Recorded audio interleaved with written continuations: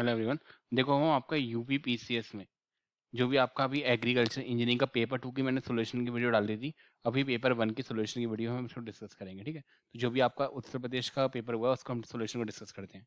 जो भी बच्चे अभी राजस्थान जूनियर इंजीनियरिंग की वैकेंसी आई है, जो भी बच्चे इसमें इंटरेस्टेड है वो हमारा Rajasthan JE plus other state जितने भी स्टेट्स की एग्जाम होते हैं एई के, उनका कंबाइंड कॉम्बो पैक ज्वाइन कर सकते हैं। इसमें आपकी वीडियोस रहती है टेक्निकल एग्रीकल्चर इंजीनियरिंग की, नोट्स रहते हैं टेक्निकल एग्रीकल्चर इंजीनियरिंग के, test series technical agriculture engineering की, मतलब एग्रीकल्चर इंजीनियरिंग का टेक्निकल का वीडियोस हो, नोट्स हो, टेस्ट सीरीज हो, सारे सेक्शन इसमें डिस्कस होते हैं। Soil and water, food, farm power, renewable, thermodynamic, surveying, agriculture structure and building, food में लॉस वगैरह ये सब, ठीक है। आपका राजस्थान जेई में सबसे इंपॉर्टेंट सोल एंड वाटर है, followed by renewable, followed by food, followed by farm power. ये आपको 4 पे ज़्यादा फोकस करना है। तो टेक्निकल का आपको नोट से मिल जाएंगे, वीडियो से मिल जाएगी, प्लस टेस्ट से मिल जाएंगे। टेस्ट आपके चैप्टर वाइज भी रहेंगे और फुल लेंथ भी रहेंगे, ठीक है। और राजस्थान जीके की टेस्ट सीरीज में इसमें इंक्लूड रहेगी, ठीक है। जो फीस है वो 10,000 रुपये है। जिन बच्चों को भी कोर्स ज्वाइन करना है जीएसटी को मिलाकर, वो हमें इस नंबर पे 9058427165 इस पे व्हाट्सएप या कॉल कर सकते हैं, ठीक है। आगे बढ़ते हैं। अब देखो हमारा पहला क्वेश्चन था stroke to bore ratio which allow the higher speed, more compact size and reduce vibration, कि आपकी स्पीड हायर हो, कॉम्पैक्ट हो और आपका वाइब्रेशन कम से कम हो। देखो ये तीनों चीजें तब होती हैं जब आपका स्ट्रोक बोर रेशियो मिनिमम से मिनिमम रहेगा। जितना आपका स्ट्रोक बोर रेशियो कम से कम होगा वही आप अचीव कर पाओगे। तो अगर आप देखोगे तो जितना आपका लो स्ट्रोक बोर रेशियो कितना है, जो आपका लो स्ट्रोक बोर रेशियो मतलब L/D रेशियो जितना कम होगा, ये तीनों चीजें उतनी अच्छी रहेंगी, गुड, ठीक है। तो हमें देखना है कि इनमें सबसे कम ऑप्शन कौन सा वाला है। तो ये 1.01 जो है इसका राइट आंसर हो जाएगा। ये भी ध्यान रखना, इसके देखो जैसे ही ये कंपनीज जब फार्म मशीनरी जो भी हमारी कंपनीज होती हैं ट्रैक्टर की, जब ये इंजन को कंस्ट्रक्ट करती हैं तब इसमें ध्यान रखा जाता है कि हम स्ट्रोक बोर रेशियो को कम रखें, बट बहुत ज़्यादा कम नहीं होना चाहिए। तो स्वराज एक ऐसी कंपनी है जिसने 1 तक रखने का भी ट्राई करा था। फिर आपकी एस्कॉर्ट आई थी, उसने मॉडल निकाले थे 45, 50, 55, ये आप उसने भी 1 तक रखने का ट्राई करा था। तो 1.01 जो थे दोनों एस्कॉर्ट और स्वराज जो अप्रोक्स है उन दोनों ने ट्राई करे थे। तो इसका राइट आंसर क्या हो जाएगा 1.01। Value of tilt angle of good plough, आपको पता होना चाहिए जो भी आपका गुड प्लाउ का टिल्ट एंगल डिस्क एंगल। ये तो बच्चे बच्चे को पता है टिल्ट और डिस्क। टिल्ट एंगल आपका होता है 15 से 25 डिग्री के बीच में, डिस्क एंगल आपका होता है 42 से इसके बीच में, ठीक है। तो आपका टिल्ट एंगल हो जाएगा 15 से 25 और ए से right answer. Convective heat transfer flow, आपको पता है देखो एक तो आपको होता है पहले हीट ट्रांसफर। हीट ट्रांसफर किसके कारण होता है, टेम्परेचर ग्रेडियंट के कारण, हमेशा ध्यान रखो। एक होता है मास ट्रांसफर, ये है हीट और सर ये है मास, ये आपका टेम्परेचर ग्रेडियंट के कारण होता है। मास ट्रांसफर आपका होता है कंसंट्रेशन ग्रेडियंट के कारण, कंसंट्रेशन ग्रेडियंट। अब हीट ट्रांसफर के अंदर भी आपके 3 है, कंडक्शन, कन्वेक्शन और रेडिएशन। ये जरा ध्यान से देखना, कंडक्शन लो आपको दिया था फोरियर ने, कन्वेक्शन लो आपका दिया था न्यूटन ने, रेडिएशन लो आपका दिया था स्टीफन बोल्ट्जमैन ने, ये रहा, ठीक है। अगर आप मास ट्रांसफर में आओगे तो कन्वेक्शन लो आपका दिया था फिक, FICK, फिक। इसके अलावा साइड रिडक्शन के भी 3 लो होते हैं, वो आपको दिए थे किक ने, रेट्रिंजर ने और बोन्ड्स ने, ये। तो उन्होंने पूछा कन्वेक्टिव हीट ट्रांसफर, मतलब हीट ट्रांसफर में भी मुझे कन्वेक्टिव बताओ, कन्वेक्शन, तो वो क्या हो जाएगा न्यूटन।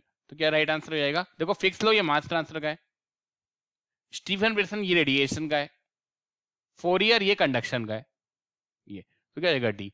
और अगर यही पूछा है कि हीट ट्रांसफर किसने दिया था, गवर्निंग लॉ क्या हीट ट्रांसफर का, तो वो आपका फोरियर मोस्ट एप्रोप्रिएट आंसर होगा क्योंकि सबसे पहले कंडक्शन आया था, ठीक है। तो ये ध्यान रखना। In India the average female power availability in the sustainable working, अब आपको पता है मेल और फीमेल, अगर आप देखोगे तो मेल की आपकी होती है 60 वोट, क्या होती है 60 वोट। ये हमारा उससे अलग है, जो हम बोलते हैं ना एवरेज ह्यूमन जो होता है 0.1 HP काम करता है, ये वो अलग है। ये इन्होंने पूछा है सस्टेन्ड वर्किंग में, वो आपका होता है किसी भी वर्किंग के लिए। हम एक फैक्ट पढ़ते हैं एवरेज ह्यूमन जो होता है 0.1 HP जो है काम कर सकता है, अगर आप देखोगे, but it's for every work. मैं यहाँ पे कर देता हूँ, ये वर्क टाइप है। पहला आपका आ गया एवरी वर्क, दूसरा आपका sustained working.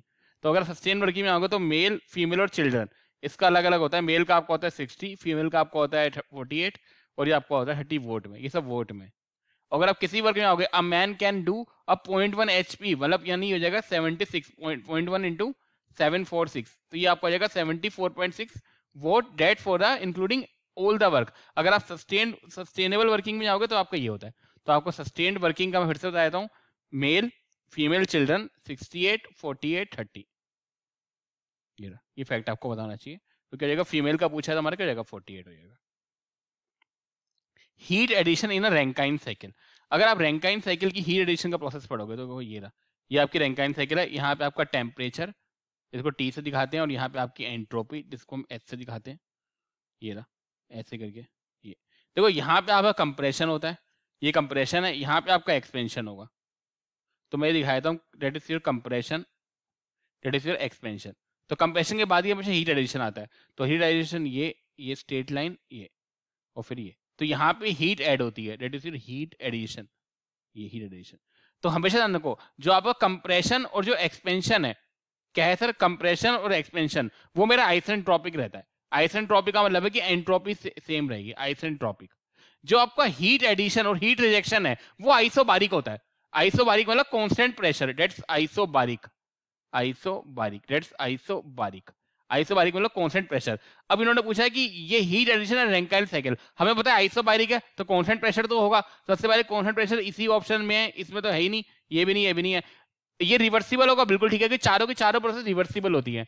Both are the reversible, this also reversible, this also reversible, this also reversible. तो it's a reversible and isobaric. Isobaric means the pressure is constant. दूसरा रिवर्सिबल और isothermal है नहीं, देखो यहाँ पे टेंपरेचर चेंज हो रहा है। यहां से यहां तक जब हीट ऐड हुई तो ये टेंपरेचर था इस लाइन में, तो ये यहां से यहां बढ़ा, उसके बाद ये कांस्टेंट रहा है।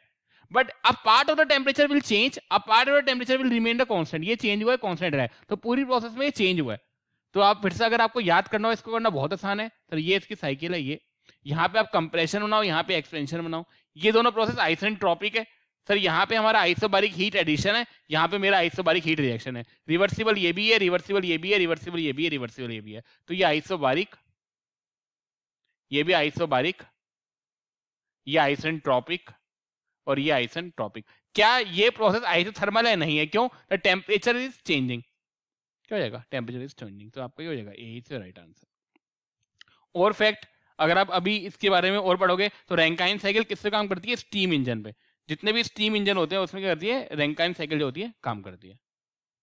The first operation after the seed is received from the for processing. देखो ये इस बच्चे को बहुत कंफ्यूजन था। ये आपका पूछा गया है principle of agriculture engineering volume 1। अगर आप एग्जैक्ट लाइन मिलाओगे, TP Ojha and AM Michael, हमने ये वहां से इसका अभी जब इसका आंसर की हम सॉल्व कर रहे थे तो ये क्वेश्चन वहां पे डायरेक्ट दे रखा है फ्लो डायग्राम बनाकर, तो आप उसको रेफर कर सकते हो। The first operation after the seed is received for the processing. तो सबसे पहले पहला ऑपरेशन वो आपका होता है क्लीनिंग। सबसे पहले आप क्लीनिंग करते हो जो भी, क्योंकि बहुत अगर आप इंटरनेट पर सर्च करोगे तो अलग अलग आंसर देते हैं, लेकिन अब अपनी स्टैंडर्ड बुक को हम वो मानेंगे कि स्टैंडर्ड बुक को हमें फॉलो करना है। तो उसमें जो लाइन दे रखी है, the first operation exact line दे रखी है, तो आपको जाएगा क्लीनिंग इसका आंसर। ठीक है, उसके बाद या तो आप इसमें आइदर ड्राइंग कर सकते हो या फिर कंडीशनिंग कर सकते हो। तो राइट आंसर क्या हो जाएगा? Cleaning, according to book the principle of agriculture engineering volume 1, TP Ojha and Michael. ठीक है। The fuel flows from the fuel tank to the carburettor. देखो ये आपका होता है टैंक, ये, और ये आपका है कार्बोरेटर, ये कार्बोरेटर। ये आपका किससे होता है? ग्रेविटी के कारण फ्लो करता है। It's flow due to the gravity. That C is your right answer.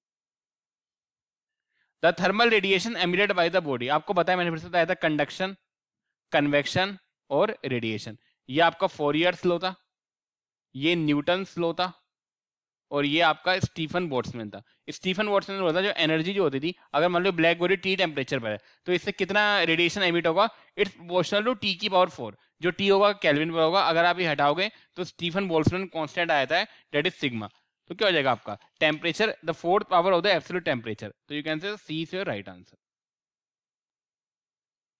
From the given table H1 is this. अगर आप देखो फिर से मैं डायग्राम बना दूं, ये वाला, ये वाला आपको डायग्राम याद हो तो ये कंप्रेशन था, ये हीट एडिशन था। ये प्रोसेस, ये पहले थोड़ी टेढ़ी हो रही है, फिर ये सीधी आएगी ऐसे करके, और ये ऐसे करके प्रोसेस। ये हीट आउट और ये एक्सपेंशन। ठीक है। अगर आप इसकी एफिशिएंसी का फॉर्मूला देखोगे तो आपको होता है W डिवाइड बाई Q।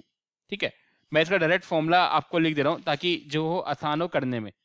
वो आपका होता है H1 minus H2 divide by H1 minus HW2। ठीक है, अब यहां पे जब देखो H1 माइनस H2, H1 क्या है, total heat of the unit steam living the boiler unit, ठीक है।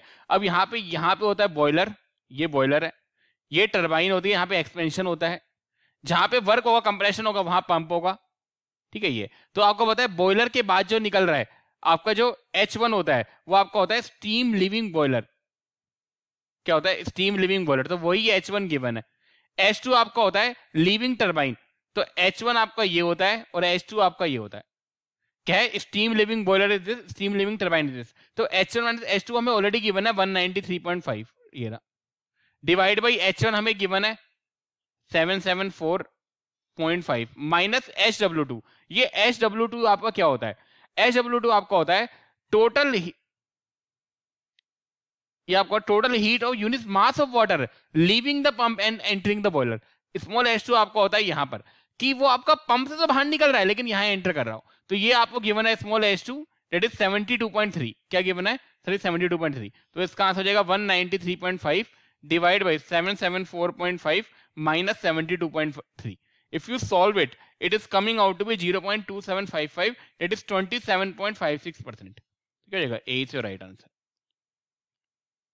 सीटेन नंबर इस एसोसिएटेड बच्चे को बताए, ignition quality of diesel fuel बताता है, अगर आप इसकी रेंज देखोगे तो वो 360 होती है और मोस्ट कमर्शियल के लिए, ठीक है, सी आपका राइट आंसर हो जाएगा।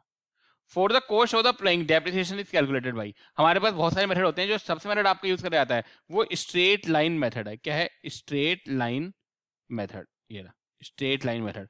और प्लाउ के डेप्रिसिएशन में सबसे ज्यादा किस चीज का रोल होता है, वियर का, ये भी आपको पता होना चाहिए।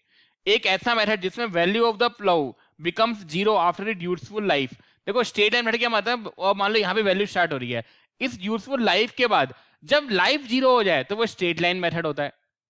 अगर डेप्रिसिएशन जीरो हो जाए, डेप्रिसिएशन जीरो, तो वो आपका सम ऑफ ईयर डेट मेथड होता है, तो आपको दोनों ध्यान से पढ़ने होते हैं। तो straight line method which becomes life it's zero after the useful life, also ये is use for the common plough के लिए, और प्लाउ में सबसे ज्यादा इंपोर्टेंट फैक्टर कौन सा है, वियर का, तो ये तीनों पता होना चाहिए। Fact A is your right answer. Choose a false statement, the pure for pure metal the thermal conductivity is more, बिल्कुल ठीक है। अगर आप प्योर मेटल देखोगे, प्योर मेटल में तो आपके फ्री इलेक्ट्रॉन ज्यादा होते हैं, उनकी थर्मल कंडक्टिविटी ज्यादा होती है, बिल्कुल ठीक है। The thermal conductivity of dry material is lower than damp material, बिल्कुल ठीक है। जो डैम्प मटेरियल होगा, ये डैम्प, उसकी थर्मल कंडक्टिविटी ज्यादा होती है एज कंपेयर टू ड्राई, तो ड्राई की होगी डैम्प से कम होगी, ये बिल्कुल ठीक है। The thermal conductivity decreases with increase in density, बिल्कुल खड़ा है, अगर डेंसिटी ज्यादा होगी तो थर्मल कंडक्टिविटी इंक्रीज करेगी, तो इसलिए फॉल्स स्टेटमेंट हो गया, तो that's your right answer. Heat treatment causes variation thermal conductivity, बिल्कुल ठीक है, Q is equal to minus K A delta T by delta X, right. तो अगर हीट ट्रीटमेंट होगा तो it will change the thermal conductivity, बिल्कुल ठीक है। तो आपका जो फॉल्स स्टेटमेंट है क्या है, वो सी है। The expression dq by dt, देखो dq by dt is less than equal to zero, इसको हम बोलते हैं क्लोसियस इनइक्वालिटी, क्लोसियस इनइक्वालिटी। तो हमेशा ध्यान रखो, देखो डेल्टा एस अगर आप देखोगे तो ये आपका होता है डेल्टा एस, सिस्टम की बात करोगे तो delta S plus delta S generation, ये अभी हम डेल्टा जनरेशन को जीरो ले लेते हैं इसमें, तो डेल्टा एस आपका हो जाएगा, जो भी आपका डेल्टा एस सिस्टम हो रहा है वो इसी के बराबर हो जाएगा, राइट, ये रहा। अब इसी को हम डेल्टा एस बोलते हैं, तो आपको पता होना चाहिए अगर delta S is equal to zero, मतलब अगर मैं यहां पे ये बनाऊं, सर ये delta S equal to D Q by D T, it can have the three case, either D Q by D T और delta S, both it can be equal to zero. अगर ये zero है तो ये reversible होगी, D Q by D T it can be less than zero, it's irreversible, D Q by D T is greater than zero, it's impossible, ये रहा। तो क्लोसियस है, बिल्कुल ठीक है, रिवर्सिबल है, अगर जीरो के बराबर है तो रिवर्सिबल है, लेस देन जीरो है तो इरिवर्सिबल है, तो इरिवर्सिबल होगा, उसने लिखा है less than equal to zero, तो लेस देन के लिए इरिवर्सिबल आ गया, इक्वल टू के लिए रिवर्सिबल आ गया, और क्लोसियस इनइक्वालिटी इसको बोलते हैं, तो डी आपका राइट आंसर हो जाएगा, all above the above. The reciprocal of the scale heat transfer coefficient, अब देखो फॉलोइंग क्या होती है, मान लो हीट एक्सचेंजर है, इस पर डस्ट के पार्टिकल जुड़ जाते हैं, तो जैसे डस्ट के पार्टिकल होंगे तो हीट ट्रांसफर कम होगा, तो आपको बताओ Q इज इक्वल टू होता है डेल्टा टी बाई आर। तो जैसे ये आपके हीट पार्टिकल आपके आ गए, ये हीट पार्टिकल्स यहाँ पर आ गए, तो क्या होगा फॉलोइंग फैक्टर, तो ये जो आपका reciprocal of scale heat transfer है, अगर मैं स्केल हीट ट्रांसफर का रेसिप्रोकल निकालूं तो ये आपका होता है फॉलिंग फैक्टर। फॉलिंग फैक्टर आपका क्या होता है? The fouling factor it will showing the resistance due to the dust particle. तो जैसे ही आप करते हो तो Q is equal to delta T by sigma R होता है equal to H A delta T. तो अगर आप ये डेल्टा टी करोगे तो रेजिस्टेंस पहले तो डेल्टा आर तो था ही, प्लस आपने धूल वगैरह जमा उसके कारण एक और स्केलिंग जमा होगा, तो आर फॉलिंग और ले लो इसको equal to H A delta T. तो आप देख सकते हो जो फॉलिंग फैक्टर है आर डेल्टा टी आपका किसका इनवर्सली प्रोपोर्शनल है एच के। तो इसलिए हमेशा देखो the reciprocal of the scale heat transfer coefficient is called as the fouling factor. The radius of curvature of disc plough, अगर आप ट्रैक्टर ड्रोन डिस्क प्लाउ में आओगे, वैसे किसमें? ट्रैक्टर ड्रोन डिस्क प्लाउ में, तो इसका डायमीटर आपका होता है 60 से 80 सेंटीमीटर। इसका रेडियस ऑफ कर्वेचर आपका होता है 45 से 68 सेंटीमीटर। तो ये भी आंसर नहीं है, ये भी नहीं है, ये भी नहीं है, इट्स योर राइट आंसर। जो आपका ये फैक्ट्स अगर आप इसको वेरीफाई कर सकते हैं, प्रिंसिपल एग्रीकल्चर इंजीनियरिंग वॉल्यूम 1 ये आपका वो रहेगा, रेफरेंस बुक रहेगी। अगर आप ट्रैक्टर ड्रोन में आओगे एक और फैक्ट लिख लो, और एनिमल बेस में, तो जब वेट ऑफ डिस्क की बात करते हैं तो ट्रैक्टर ड्रोन की वेट ऑफ डिस्क आपका होता है 180 से 540 केजी पर डिस्क, और एनिमल ड्रोन की आपकी होती है 30 केजी पर डिस्क। तो ये भी फैक्ट भी याद होना चाहिए, कब कौन से एग्जाम में कौन सा फैक्ट पूछ रहे हैं तो आपको पता होना चाहिए। द रेफ्रिजरेशन सिस्टम वर्क्स होना, देखो रेफ्रिजरेशन सिस्टम क्या होता है? ये आपका लो टेम्परेचर है, लो टेम्परेचर, मुझे लो टेम्परेचर से हीट जो है हाई टेम्परेचर की, क्योंकि मुझे जिस चीज को ठंडा करना है उसे हीट निकालूंगा, जब तक मैं उसे हीट निकालूंगा नहीं तो कैसे काम करेगा। और सेकंड लॉ ऑफ थर्मोडायनामिक्स क्या बोलता है कि हीट लो से हाई में तब तक खुद ट्रांसफर नहीं होगी, तब तक ट्रांसफर नहीं होगी जब तक मैं एक्सटर्नल वर्क ना करूं। इसका मतलब क्या? मान लो ये टेम्परेचर 35 डिग्री पर है और 30 डिग्री पर है, मुझे 35 से 30 डिग्री पर हीट ट्रांसफर करनी है, दोनों पास में ले आओ अपने आप हो जाएगी। 30 से 35 से तभी होगी जब हम एक्सटर्नल वर्क करेंगे। तो that's why it work on the second line of thermodynamics, because we will have to transfer the heat from low to high, so we will have to do additional work, और that's why the second law of thermodynamics. Reverse Carnot cycle इसको बोलते हैं। The IC engine of turbocharger, अगर आप turbocharger होता है एक आपका होता है सुपरचार्जर। जो टर्बोचार्जर होता है वो आपका एग्जॉस्ट गैसेस द्वारा रन होता है, और जो सुपरचार्जर होता है वो आपका ब्लोअर जो इंजन द्वारा ऑपरेट होता है उससे रन होता है। दोनों ही आपके हाईली कंप्रेस्ड एयर को भेजते हैं, तो आपका जो turbocharger driven by the exhaust gases. Select the correct statement efficiency of Rankine cycle, आपको बताना चाहिए रैंकाइन साइकिल की एफिशिएंसी है it's always less than the Carnot cycle. क्यों? मैं ये बता देता हूं। यहाँ पे अगर आप देखोगे तो कार्नोट साइकिल का अगर मैं डायग्राम बनाऊं, मैं शॉर्ट में बता रहा हूं, ये आपका होता है simple 1 2 3 4 that is Carnot cycle. अगर आप देखोगे तो ये टेम्परेचर बिल्कुल सेम है, मतलब इन दोनों के बीच में हम हीट एडिशन कर रहे हैं, हीट एडिशन से आपका मेन हो जाएगा कि एफिशिएंसी किसकी ज्यादा है, ठीक है। लेकिन अगर आप यही किस में आओगे, ये तो आपका हो गया कार्नोट का। अगर आप रैंकाइन में आओगे रैंकाइन का, तो आपको मैंने बताया था रैंकाइन का कैसे, पहले कंप्रेशन एक्सपेंशन यहाँ पर ऐसे करके, फिर ये यहाँ पे होता है ऐसे, फिर ऐसे आता है, फिर ये, मतलब यहाँ पे जो टेम्परेचर एडिशन हो रहा है इट्स हैविंग अ, ये अगर स्ट्रेट लाइन देख रहे हो यहाँ पे अगर मैं दोनों को ओवरलैप करूं तो वो इससे मिनिमम टेम्परेचर पे हो रहा है। तो the difference of the temperature between the heat addition is less. तो अगर मैं इसको 2 और 2 डैश दिखाऊं तो T2 minus T2 dash will be less then this T2 minus T3 static, जो मतलब टेम्परेचर डिफरेंस यहाँ पर हो रहा है तो यहाँ पर, तो that's why we are having a low efficiency in the Rankine as compared to this. तो रैंकाइन में क्या होती है? लेस होती है, ठीक है। तो आपको ये पता होना चाहिए बहुत मेन है। और कार्नोट वैसे भी एक आइडियल साइकिल है तो इसलिए, और ये थोड़ी रियल साइकिल है तो ये इसलिए, यही पता होना चाहिए आपको, ठीक है। एक और फैक्ट लिख लो, तो ये पता हो गया कि रैंकाइन साइकिल जो है, रैंकाइन साइकिल की ये है एफिशिएंसी जो है कार्नोट साइकिल से कम है। ये रहा रैंकाइन साइकिल की 4 process, isentropic compression, isentropic expansion, isobaric heat addition, isobaric heat reaction, और क्या क्या रैंकाइन साइकिल। अब तो कौन साइकिल कौन से काम करती है? कार्नोट साइकिल आपकी हीट इंजन में काम करती है, heat engine. Auto cycle petrol engine में काम करती है। जूल साइकिल आपकी गैस इंजन में काम करती है, और रैंकाइन साइकिल आपकी स्टीम इंजन में काम करती है। किस पे? स्टीम इंजन पे काम करती है। तो यही पता होना चाहिए। पैडी सीडलिंग बिकम रेडी, अगर आप पैडी सीडलिंग को देखोगे तो ये 20 से 25 दिन के, मतलब बोने के 20 से 25 दिन बाद रेडी हो जाते हैं। और भी ज्यादा फैक्ट लिख लो, जो अल्ट्रा स्पीड रेट होता है इसका, यूरिया स्प्रेड रेट, वो आपका होता है 1.5 ग्राम पर मैट, मतलब एक मैट में 1.5 ग्राम आपको यूरिया डालना होता है। जो टाइम आपका होता है 20 से 25 दिन होता है डे आफ्टर सोइंग। दो बंदे मिलकर लगभग 1 से 1.5 हेक्टेयर जो होता है एरिया सो सकते हैं। तो ये तीनों के तीनों फैक्ट आपको मिल जाएंगे। अगर ऐसा किसी को रेफरेंस चाहिए तो principal of agriculture engineering volume 1 page number 406 इसके बारे में पढ़ सकता है, पैडी सीडलिंग मेट्स के बारे में। तो आपको वहां से पूरे फैक्ट मिल जाएंगे। Which of the following is a example of a steady state heat transfer. अगर देखोगे तो electrical bulb cools down by the surrounding temperature. देखो स्टडी स्टेट हीट ट्रांसफर क्या होता है, इसमें आपका जो टेम्परेचर चेंज जो टाइम के साथ होगा वो आपका वो स्टडी है, D Q by D time is equal to 0, ठीक है। तो टाइम के साथ आपका वेरिएशन नहीं हो रहा, तो ये आपका जो होता है ये आपका जो हीट लूज करेगा it will lose at a study rate, ठीक है। तो ये आपको बताना चाहिए। अब अनस्टडी के भी एग्जांपल लिख लो।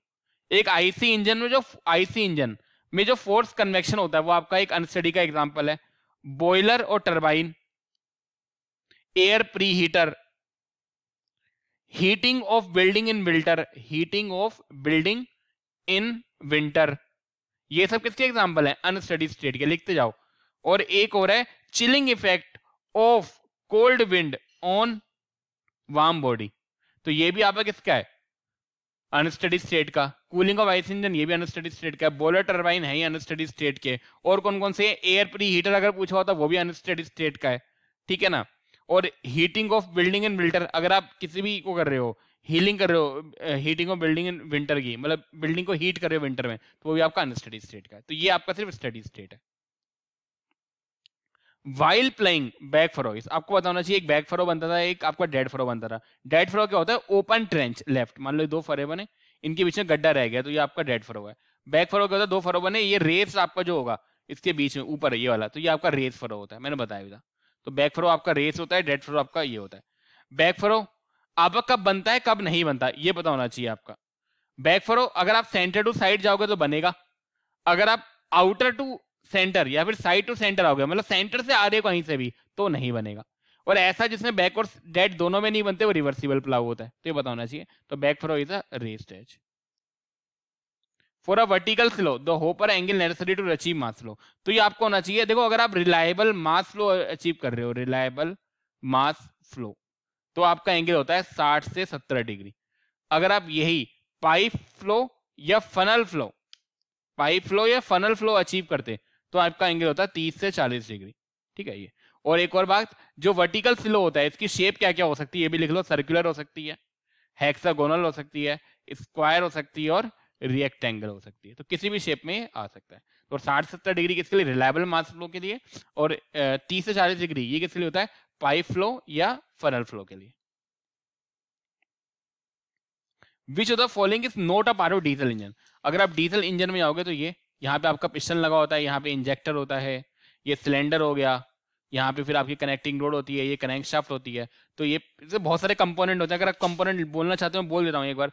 Cylinder head, cylinder liner, piston head, crown, piston ring, piston pin, connecting rod, crank shaft, fly wheel, ठीक है ना, crank case, cam shaft, time gear, inlet manifold, exhaust manifold. तो पिस्टन भी है, ये भी क्लच प्लेट नहीं है, क्लच प्लेट तो आपकी ट्रांसमिशन सिस्टम का पार्ट है। टू प्राइमरी टिलेज, आपको बताना चाहिए टिलेज में प्राइमरी और सेकेंडरी। प्राइमरी कौन कौन से आते हैं, MB plough, disc plough, chisel plough, सब soiler.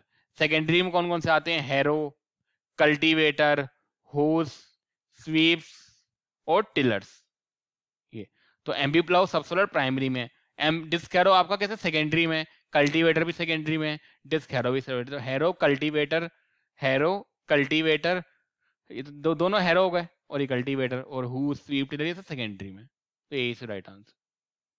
Bacteria grow as fast, ठीक है ना। देखो आपको ये बताना चाहिए बैक्टीरिया जो ग्रो करते हैं, एक तो लिख लो कि कब वो फास्ट ग्रो करेंगे और कब वो रिस्ट्रिक्टेड होंगे, मतलब कब उनकी ग्रोथ जो है सबसे ज्यादा फास्ट होगी, कौन से पीएच और कब रिस्ट्रिक्टेड होगी। तो ग्रो करते हैं 7 पीएच पर और रिस्ट्रिक्टेड हो जाती है 5 पर। यहीं पे मोल्ड का भी लिख लेना, मोल्ड आपके जो ग्रो करता है वो करता है 4 से 6 के बीच में, और रिस्ट्रिक्टेड या तो बहुत कम होगा अगर 2 हो गया, या अगर बहुत ज्यादा हो गया 8 से 9 तब रिस्ट्रिक्टेड हो जाएगा। तो ये टेबल आपको पूरी याद करनी जानी पड़ेगी। इसके अलावा एक और फैक्ट लिख लो, मिसोफिलिक होता है और साइक्रोफिलिक होता है। मिसोफिलिक का टेम्परेचर 20 डिग्री और साइक्रोफिलिक का टेम्परेचर 37 डिग्री, ये भी आपको पता होना चाहिए। तो bacteria grow as a fast of 7 pH, it's a grow 7 and restricted जब उसकी ग्रोथ कम हो जाएगी वो 5 पर। अगर यही मोल्ड का पूछा था तो आंसर आपका होता 4 से 6 एंड देखो अगर वो मोल्ड का पूछा तो कैसे पूछता, अगर मैं ये क्वेश्चन मोल्ड के लिए बनाऊं तो ये ऐसे पूछता 4 से 6 पहला एंड 2 और 8 to 9, या फिर ऐसे पूछ सकता था 4 से 6 पहला एंड 2, दूसरा 4 से 6 एंड 8 to 9, और डाल देता बहुत 1 and 2. तो ये तीनों सही होते हैं, क्योंकि वहां पे रिस्ट्रिक्टेड में 2 कंडीशन है, तो बहुत कम या बहुत ज्यादा, और मॉडरेट के लिए तो 4 से 6 है ही। इसका आंसर क्या हो जाएगा? C. The angle of internal friction of barley, लिख लो यहाँ पर व्हीट का, मेज का, बार्ले का, राइस का। देखो व्हीट और राइस का तो 24 से 26 होता है इंटरनल फ्रिक्शन की रेंज, 24 से 26 ये रहा, ठीक है। अब जहां पे हमारा ये राइस खत्म हुआ था वहां से हमारा मेज स्टार्ट होता है, तो मेज 26 से 29 हो गया। बार्ली जाएगा इसके साथ ही 29 से खत्म हो रहा है, लेकिन एक कम 25, तो बार्ली क्या हो जाएगा? 25 से 29 से राइट आंसर, ए से राइट आंसर। अब piezometer tube is not used, आपको पता होना चाहिए जो पीजोमीटर ट्यूब है उसकी कुछ लिमिटेशंस होती हैं। क्या होती हैं सर? लिमिटेशंस होती हैं। उसकी लिमिटेशन ये है कि कौन कौन चीजों के लिए यूज नहीं हो सकता। It can not be use for a considerable excess of atmospheric pressure, अगर एटमोस्फेरिक प्रेशर से बहुत ज्यादा एक्सेस कोई प्रेशर है तो वहां यूज नहीं करेंगे। It can not be use for gas pressure, gas pressure के लिए यूज नहीं कर सकते, and can not be use for a negative pressure. तो प्रेशर डिफरेंस इज लार्ज। अब लार्ज कितना है कि वो कंसिडरेबली लार्ज है, एक थोड़ा कम लार्ज है, तो इसको हम जस्टिफाई नहीं कर सकते। द फ्लूइड हाई है तो बिल्कुल नहीं, गैस बिल्कुल ठीक है, क्योंकि गैस और नेगेटिव प्रेशर के लिए तो होता ही नहीं है।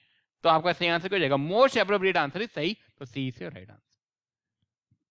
The exhaust valve should remain open, आपको देखो ये आपको याद रखनी पड़ेगी, जो एग्जॉस्ट वॉल्व रिमेन ओपन रहती है वो 225 डिग्री रहती है। एग्जॉस्ट वॉल्व और इनलेट वॉल्व जो क्लोज रहती है दोनों टाइम, दोनों उसके लिए ये लिख लो 285 डिग्री, ये भी पता होना चाहिए। तो लिख देता हूं सर, क्लोजिंग टाइम ये रहा, एग्जॉस्ट वॉल्व क्लोजिंग कितना? 225 degree. Sir inlet valve and sorry exhaust valve जो ओपन रहती है, एग्जॉस्ट वॉल्व आप कितने टाइम के लिए ओपन रहती है? 225 के लिए। Inlet and exhaust valve both close रहती हैं, वो आपका 285। ये आपको दोनों फैक्ट पता हो गए। अब और फैक्ट लिखो कि इनलेट वॉल्व कब ओपन होती है, एग्जॉस्ट वॉल्व कब ओपन होती है। अब इसके आपको 2 अलग अलग बुक्स में आना पड़ेगा, मैं टेबल बना के आपको समझाता हूँ। ये आपको याद करनी पड़ेंगी, पूछी जाएंगी हर बुक में अलग अलग है, दोनों बुक का याद करना पड़ेगा। पहले जगदीश्वर साय, जगदीश्वर साय में बोलते हैं कि इनलेट वॉल्व जो होती है 5 डिग्री टीडीसी से पहले ओपन हो जाती है, 30 डिग्री बीडीसी के बाद बंद होती है। जो एग्जॉस्ट वॉल्व जो होती है वो आपका 40 डिग्री पहले ओपन हो जाती है, और 5 degree 40 degree before BDC open हो जाती है, और 5 डिग्री आफ्टर टीडीसी बंद होती है। ये 5 डिग्री बिफोर टीडीसी ओपन होती है, ये 30 डिग्री जो है बिफोर बीडीसी बंद होती है। कौन सी बुक से बन जाए तो पता नहीं होता, ये आपको याद करके आना पड़ेगा, डेट इज जगदीश्वर साय। अगर आप यही principal of agriculture engineering volume 1 refer करोगे तो बोलते हैं कि इनलेट वॉल्व आपकी जो है, यहाँ पे उन्होंने कुछ मेंशन नहीं करा है कब ओपन होती है, यहाँ पे उन्होंने कर रखा है 30 डिग्री, तो ये तो बिल्कुल ये हो गया, याद करना आसान है। और एग्जॉस्ट वॉल्व जो होती है यहाँ पे 30 से 45 डिग्री, और यहाँ पे कोई मेंशन नहीं है। तो ये आपका principle agriculture volume 1 TPO and AMI के हिसाब से, ये जगदीश्वर साय के हिसाब से। अगर दोनों वॉल्व का ओपनिंग टाइम निकालोगे, एग्जॉस्ट वॉल्व कितने टाइम पे ओपन रहती है, तो अगर मैं हाईएस्ट 45 ले लूं तो 180 तो जोड़ना ही, अगर आपको ट्रिक पता हो तो 180 में 45 ये 225 हो गया। और यहाँ पे अगर टाइम निकालना हो तो 30, तो एग्जॉस्ट वॉल्व का निकालना है तो यही 45 हो गया प्लस 180 225, तो यहां से भी 225 आएगा, यहां से भी 225 आएगा। तो इसलिए एग्जॉस्ट वॉल्व जो ओपन रहती है 225 के लिए, और दोनों वॉल्व जो क्लोज रहती है, कभी पूछना कि इनलेट वॉल्व और एग्जॉस्ट वॉल्व कितने टाइम के लिए क्लोज रहती है, तो 285। दोनों फैक्ट पता होना चाहिए। ये during adiabatic process the entropy change, ये वो डिबेटेबल क्वेश्चन है, लेकिन इसका मैक्सिमम आंसर ये होगा। देखो डेल्टा एस आपका क्या होता है, डी क्यू बाई टी, ये रहा। अब आपको पता है एडियाबेटिक, एडियाबेटिक वो होता है जिसमें ना हीट आती है ना हीट जाती है, तो डी की तरह 0 हो गया। तो अगर डेल्टा एस 0 हो गया तो मैंने बताया था रिवर्सिबल एडियाबेटिक होगी। तो अगर delta S 0 reversible, less than 0 तो इरिवर्सिबल होता है। तो delta S is equal to 0 हो गया ड्यूरिंग एडियाबेटिक प्रोसेस के लिए, तो एंट्रोपी चेंज क्या हो जाएगा, डेल्टा एस क्या हो जाएगा, 0 हो जाएगा। Right, C is right answer. The energy required to, आपको पता है एनर्जी रिक्वायर्ड के लिए आपके 3 लॉ आपके लिए होते हैं। पहला आपका होता है रेटिंगर, ये किक, अगर आप देखोगे इसके टेबल देखते हैं, किक, बॉन्ड्स और रेटिंगर, ये आपके होते हैं साइड रिडक्शन के लिए। तो लिख लो किक लॉ के लिए n1 होता है, इसके लिए n 1.5 होता है, इसके लिए n 2 होता है। ये आपकी कोर्स ग्राइंडिंग जिनका साइज 50 mm से ज्यादा होगा, ये आपका इंटरमीडिएट ग्राइंडिंग जिसका आपका 0.05 से 50 mm होगा, और ये आपका लेस देन 0.05 mm। इसमें किक्स में वर्क रिक्वायर्ड जो होता है डायरेक्टली साइज रिडक्शन रेशियो के प्रोपोर्शनल होता है, साइज रिडक्शन रेशियो। इसमें जो वर्क रिक्वायर्ड होता है वो direct square root of surface to volume diameter, ये पता होना चाहिए।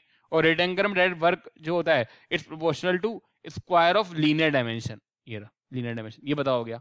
इसके अलावा ये भी लिख लो, मैंने स्टार्टिंग में बताया था, फिक्स लो आपका मास ट्रांसफर के लिए था, न्यूटन आपका कन्वेक्शन के लिए था, स्टोक्स लो आपका टर्मिनल वेलोसिटी के लिए होता है। तो जब एनर्जी का करें तो किक्स लो इसका राइट आंसर हो जाएगा।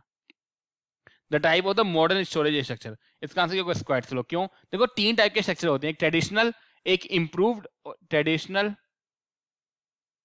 इम्प्रूव्ड और मॉडर्न। ये रहा ट्रेडिशनल में अगर आप जाओगे तो मोराई, बुखारी, कोठार, मुटकोठी, मूड़ा, कनच, कुटला, बैम्बू, ये सब इसमें आ जाएंगे। इम्प्रूव्ड में आओगे 4 होते हैं, Pusa bin, brick and cement, bunker और cap, CAP, cover and plinth. Modern में आओगे तो shed, vertical silos, square silo and beans.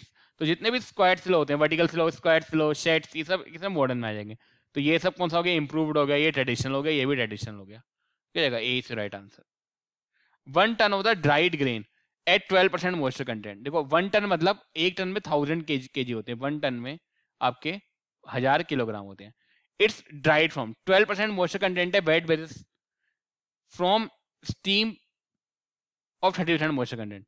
ठीक है, एक मिनट, ये रहा, इसने लिखा है 1 ton of dried grains at 12 moisture content is obtained, मतलब कोई स्टीम आ रही है, मान लो उसकी जो फ्लो रेट है वो F है, फ्रॉम उसका मॉइस्चर कंटेंट कितना है 30% वेट बेसिस पर है, ये इसको ड्राई कर रही है, ड्राइड ग्रेन कितने मिल रहा है हमें 1 टन, तो ये FP दे रखा हमें 1000 kg और इसका मॉइस्चर कंटेंट कितना है 12% वेट बेसिस पर। तो अगर आपको पता है कि अगर आप मास बैलेंस करोगे तो FXF इक्वल टू PXP होगा। ये रहा, फीड निकालना है, XF कितना हो जाएगा, 100 माइनस करो 30 70, PXP 100 में से 12 माइनस कर दो 88, तो ये P गिवन है डेट इज 1000, तो F आपको हो जाएगा 1000 इंटू 88 डिवाइड बाई 77, तो F निकालोगे आ जाएगा 1257.142, तो B is your right answer. B क्या है, क्या देखो, engine component which converts linear motion to reciprocating motion. देखो ये आपका सिलेंडर होता है, इसमें यहाँ पिस्टन लगी होती है, ये आपकी होती है कनेक्टिंग रोड, इसको मैं लिख रहा हूँ रोड, और ये आपकी होती है क्रैंक शाफ्ट, ये जो घूमती है, तो ये आपकी क्रैंक शाफ्ट हो गई। तो क्रैंक शाफ्ट क्या कर रही है, घूमती है, तो इट्स कन्वर्टिंग द, ये आपका रेसिप्रोकेट कर रहा है और ये से घुमा रहा है, तो it's converting the reciprocating motion into rotary, तो ये क्रैंक शाफ्ट करती है। ठीक है, जो कनेक्टिंग रोड होती है it connects the piston to the crank shaft, ये आपकी कनेक्ट करती है और ये मोशन को ट्रांसफॉर्म करती है। और फैक्ट लिख लो, क्रैंक शाफ्ट ने पूछा था कौन कौन सी फोर्स आएंगी, तो इसमें आपकी आती है bending and twisting, bend and twist, क्यों, क्योंकि घूम रहा है, तो इसमें वाली फोर्स आएंगे जो घूमने के कारण होता है, बेंडिंग आपकी मूवमेंट, और ये जो बेंडिंग और ट्विस्टिंग मूवमेंट होता है वो आपका कौन सी फोर्स होता है, रोटेशनल फोर्स के कारण। तो ये आपका क्रैंक शाफ्ट में कौन कौन सा आता है, बेंडिंग एंड ट्विस्टिंग। ये पूछा था कनेक्टिंग रोड में कौन कौन सी फोर्स आती है, तो कनेक्टिंग रोड में पहले बताओ मुझे 2 स्ट्रोक इंजन है 4 स्ट्रोक इंजन है, कनेक्टिंग रोड क्या करिए, देखो ये नीचे आएगा तो ये नीचे ले जाएगी, ये ऊपर जाएगी, तो इसमें कंप्रेशन है, टेंशन होता है, तो ये डिपेंड करेगा, अगर 2 स्ट्रोक है तो कंप्रेशन होगा, 4 स्ट्रोक है तो कंप्रेशन एंड टेंशन दोनों होगा। तो पता होना चाहिए कनेक्टिंग रोड में कंप्रेशन एंड टेंशन दोनों फोर्स होती है 4 स्ट्रोक में, कंप्रेशन फोर्स होती है सिर्फ 2 स्ट्रोक में। क्रैंक शाफ्ट में बेंडिंग एंड ट्विस्टिंग दोनों होती है, और ये पे करती है, कन्वर्ट्स करती है लीनियर मोशन को रोटरी मोशन में। तो ये सब चीज आपको पता होना चाहिए। Toe in and toe out, ये आपको पता होता है स्टीयरिंग व्हील में होती है toe in and toe out, ये किस लिए होती है, ताकि आपका टेकिंग स्मूथ टर्न्स, आप स्मूथ टर्न्स कर सकें, स्मूथली आप स्टीयरिंग को ऑपरेट कर सके, तो उसके लिए होता है। ठीक है, और एक फैक्ट और लिख लो कि टो इन कितना होता है, ये आपका मैक्सिमम आपका होता है 6 mm for 1.22 mm with tractor. अगर कोई ऐसा जो 1.22 mm विथ का कोई ट्रैक है तो उसके लिए 6 mm होगा, तो पूरी लाइन आपको याद करनी पड़ेगी। The equation Q equal to minus K delta T by delta X, ये ऐसे लिखी हुई थी, टाइपिंग मिस्टेक हो जाती है जब हम या फिर वर्ड से APT में कन्वर्ट करते हैं ना, तो ये आता है। तो ये आपका लो होता है फोरियर्स लो, कौन सा होता है, फोरियर, जो कंडक्शन को फॉलो करता है। Stefan Boltzmann Q is proportional to TQR4, that is radiation. Fick's is mass transfer, जो कंसंट्रेशन ग्रेडियंट के कारण चलता है। किक आपका साइड डायरेक्शन में यूज होता है, जो आपका इसमें आ जाएगा साइड डायरेक्शन में, तो आपका C से right answer. The pressure distribution, आपको पता है प्रेशर के लिए आपको थ्योरी होती है शैलो बिन के लिए, डीप बिन के लिए। तो शैलो बिन के लिए हमारी थ्योरी चलती है रैंकाइन, डीप बिन के लिए जेनसीन, मैंने बताया था डीप याद कर लो, जॉनसीना डीप है, और फिर एक और एरी भी आपका बुक में शैलो बिन ही दिखेगा मैक्सिमम जगह। तो रैंकाइन, जेंसिन और एरी दोनों प्रेशर की हैं, तो ये भी प्रेशर की, ये भी प्रेशर की, ये भी प्रेशर की है। रैंकाइन आपकी शैलो बिन की है, जेंसिन आपकी डीप बिन की है, और ये भी आपकी शैलो बिन की है, और फिक्स थ्योरी आपकी मास ट्रांसफर की है, तो ये स्टोरेज बिन से रिलेट नहीं करती, तो ये इसका right answer. Under the adiabatic, adiabatic क्या होता है, D Q is equal to 0, मतलब आपकी ना हीट आई ना हीट गई, तो एडियाबैटिक में gas neither receives no reject, A is your right answer. ठीक है, to perform the draw bar test of a tractor, अगर आपको ड्रॉ बार टेस्ट करना है तो ये पता होना चाहिए, इसका टाइम आपका होता है 5 घंटे का। इसमें आप क्या करते हैं, ये बंदा होता है, इसमें लिक्विड बैलेंस डालते हैं, और एक बंदे को रिप्लेस करने के लिए 75 kg का वेट डाला जाता है। इसका जो स्लिपेज की लिमिट होती है मैक्सिमम 15% रहती है, किसके लिए, व्हील्स और रबर ट्रैक, रबर वाले उसके लिए, ट्रैक के लिए। अगर यही स्टील ट्रैक होता तो उसके लिए 7% रहती है। तो मैक्सिमम इन्होंने पूछा था perform a draw bar test, maximum slip, तो मैक्सिमम स्लिप में 15% तक रख सकते हैं, आंसर क्या जाएगा 15%। Moisture content require for the soybean use up to 12 month, तो अगर आपको हर क्रॉप को याद करना है तो टेबल याद करो। देखो इसमें भी आपको 2 बुक को फॉलो करना पड़ेगा, वीट, अगर पूछिए रेंज तो हम बुक को फॉलो करेंगे केएमएसआई जो स्टैंडर्ड बुक है एग्रीकल्चर इंजीनियरिंग की। अगर पूछिए सिंगल वैल्यू तो हम फॉलो करेंगे वॉल्यूम 1 प्रिंसिपल एग्रीकल्चर इंजीनियरिंग 1, क्योंकि उसमें सिंगल वैल्यू गिवन है, जो आपको रेंज गिवन है वो केएमएसआई में गिवन है। तो वीट की रेंज आपकी होती है 10 से 12, सिंगल वैल्यू होती है 13%, तो आपको देखना पड़ेगा ऑप्शन में कैसे पूछा गया। पैडी की बात करोगे अगेन 10 से 12, मेज की बात करोगे अगेन 10 से 12 और 13, ठीक है ना। अगर आप यही बात करोगे सोयाबीन, ठीक है, सोयाबीन, पिजन पी और बेंगल ग्राम, सोयाबीन, पिजन पी और बेंगल ग्राम, तो इसकी रेंज रखी है 8 से 10%। ग्राउंड नट जाओगे तो 7 to 8, मस्टर्ड जाओगे तो 6 to 8। तो ये रहा, तो उन्होंने पूछा किसका है, सोयाबीन का पूछा और क्या पूछी है, रेंज पूछी है, तो आंसर कितना हो जाएगा 8 से 10%, तो C is your right answer. A clutch pedal freely, अगर आपको क्लच का फ्रीली पेडल पढ़ना है, ठीक है ना, तो ये आपका होता है 12 से 50 mm। It's a short distance of the free before it begins to pull clutch pedal apart, तो आपको आ जाएगा 12 से 50 mm। मैंने ये अपना एक्सप्लेन कर रखा, पूरा मैंने पढ़ाया था, अब इसको रिपीटेड एक्सप्लेन करने की जरूरत नहीं है, ठीक है। ASI standard for the PTO specification revise in the year, देखो पीटीओ जो स्टैंडर्ड थे वो आपके आए थे 1915 से 1919 में, ये रहा, ठीक है। फिर आपका आया 1958 में, इन्होंने जो पीटीओ की स्टैंडर्ड स्पीड थी करके वो आपकी 1000 आरपीएम कर दी। तो अगर पूछा है कि 1000 आरपीएम स्पीड कब करेगी, तो 1958 में, लेकिन रिवाइज कब करेगा, 1961 में इन्होंने रिवाइज कर पीटीओ स्पेसिफिकेशन को, तो रिवाइज कब हुआ 1961 में, और 1000 कब कर दी 1958 में। और फैक्ट भी याद कर लो, इसकी स्पीड की रेंज कितनी होती है 540 प्लस माइनस 10 आरपीएम। डायमीटर कितना होता है आपका 3.6 centimetre with 6 splines. Vertical distance कितनी होती है 30 सेंटीमीटर, और रेंज कितनी होती है 7.5 सेंटीमीटर रेंज। तो ये सब पता होना चाहिए आपका, तो 1961 is right answer. The air standard efficiency of water cycle, ये आपकी एयर स्टैंडर्ड एफिशिएंसी होती है 1 माइनस का आर की पावर गामा माइनस 1। देखो अगर मैं कंप्रेशन रेशियो बढ़ाऊं तो ये नीचे से भाग देने वाली पार्टी वो बढ़ेगी, अगर ये नीचे वाला बढ़ेगा तो ऊपर वाला डिक्रीज होगा, तो ये डिक्रीज होगा। ये 1 माइनस है, जितना कम माइनस करोगे उतना ज्यादा ये होगा, तो इसलिए अगर कंप्रेशन रेशियो बढ़ाते हो तो एफिशिएंसी बढ़ती है, तो that's why C increases with increase in a compression ratio. A thresh wheat grain can be safely up to moisture content, तो आपको बताओ व्हीट की रेंज अभी हमने पढ़ी थी 10 से 12%, और अगर सिंगल वैल्यू एंगल 13%, तो सिंगल वैल्यू में ये तो हो ही नहीं सकते, क्योंकि 13 से ज्यादा तो हो ही नहीं सकता, तो 10 से 12 तो फिर भी एक रेंज है, तो 12 तुम बोल सकते हो, A is your right answer. In a 6 cylinder engine the power stroke occurs, आपको बताना चाहिए जो आपका फायरिंग इंटरवल होता है वो आपका, अगर आपका 4 स्ट्रोक इंजन है तो 720/n, और 2 स्ट्रोक इंजन है 360/n।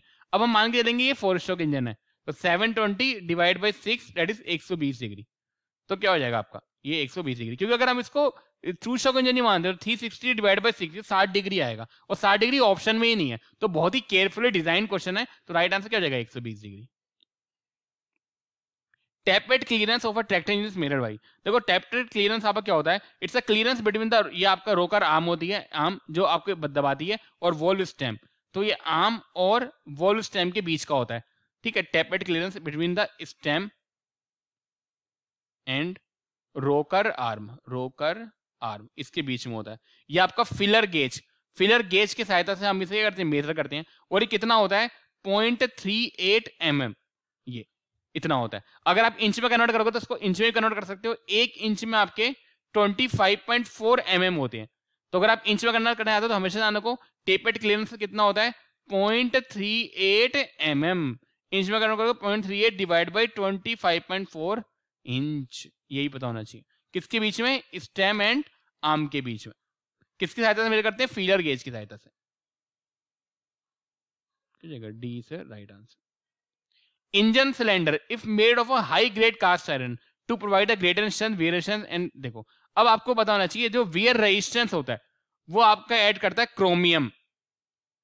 ये क्रोमियम और क्या ऐड करता है सर? स्ट्रेंथ ऐड करता है और हार्डनेस ऐड करता है। निकल आपकी टफनेस और स्ट्रेंथ देता है और मोलिब्डेनम ये आपकी हार्डेबिलिटी एंड क्रीप स्ट्रेंथ देता है। क्रीप स्ट्रेंथ तो वियर में आपको मिल जाए, वियर रेजिस्टेंस से मिल जाए तो वियर रेजिस्टेंस आपको क्रोमियम से मिल जाएगा। आपको लेस वेट और ग्रेटर स्ट्रेंथ चाहिए वो आपको निकल से मिल जाएगी। तो तीनों के तीनों से आपको एडेड ही मिलेगा। तो ए प्लस बी से राइट आंसर। अगर आप कास्ट आयरन के साथ साथ ये मटेरियल भी ऐड करोगे तो आपको ज्यादा अच्छी सूटेबिलिटी मिलेगी। As long as travel in the state, मान लो ये ट्रेवल है, ये एक्सेल है, ये दोनों व्हील जुड़े हैं, आपको पता है डिफरेंशियल तब काम करता है हमें टर्न लेना हो। मान लो ये ट्रैक्टर सीधे चल रहा है बिल्कुल, तो बहुत स्पीड क्या होंगे? सेम। तो ये मान लो ये NL है, ये लेफ्ट राइट है और ये एक्सेल है, तो NL should be NR equal to NXL।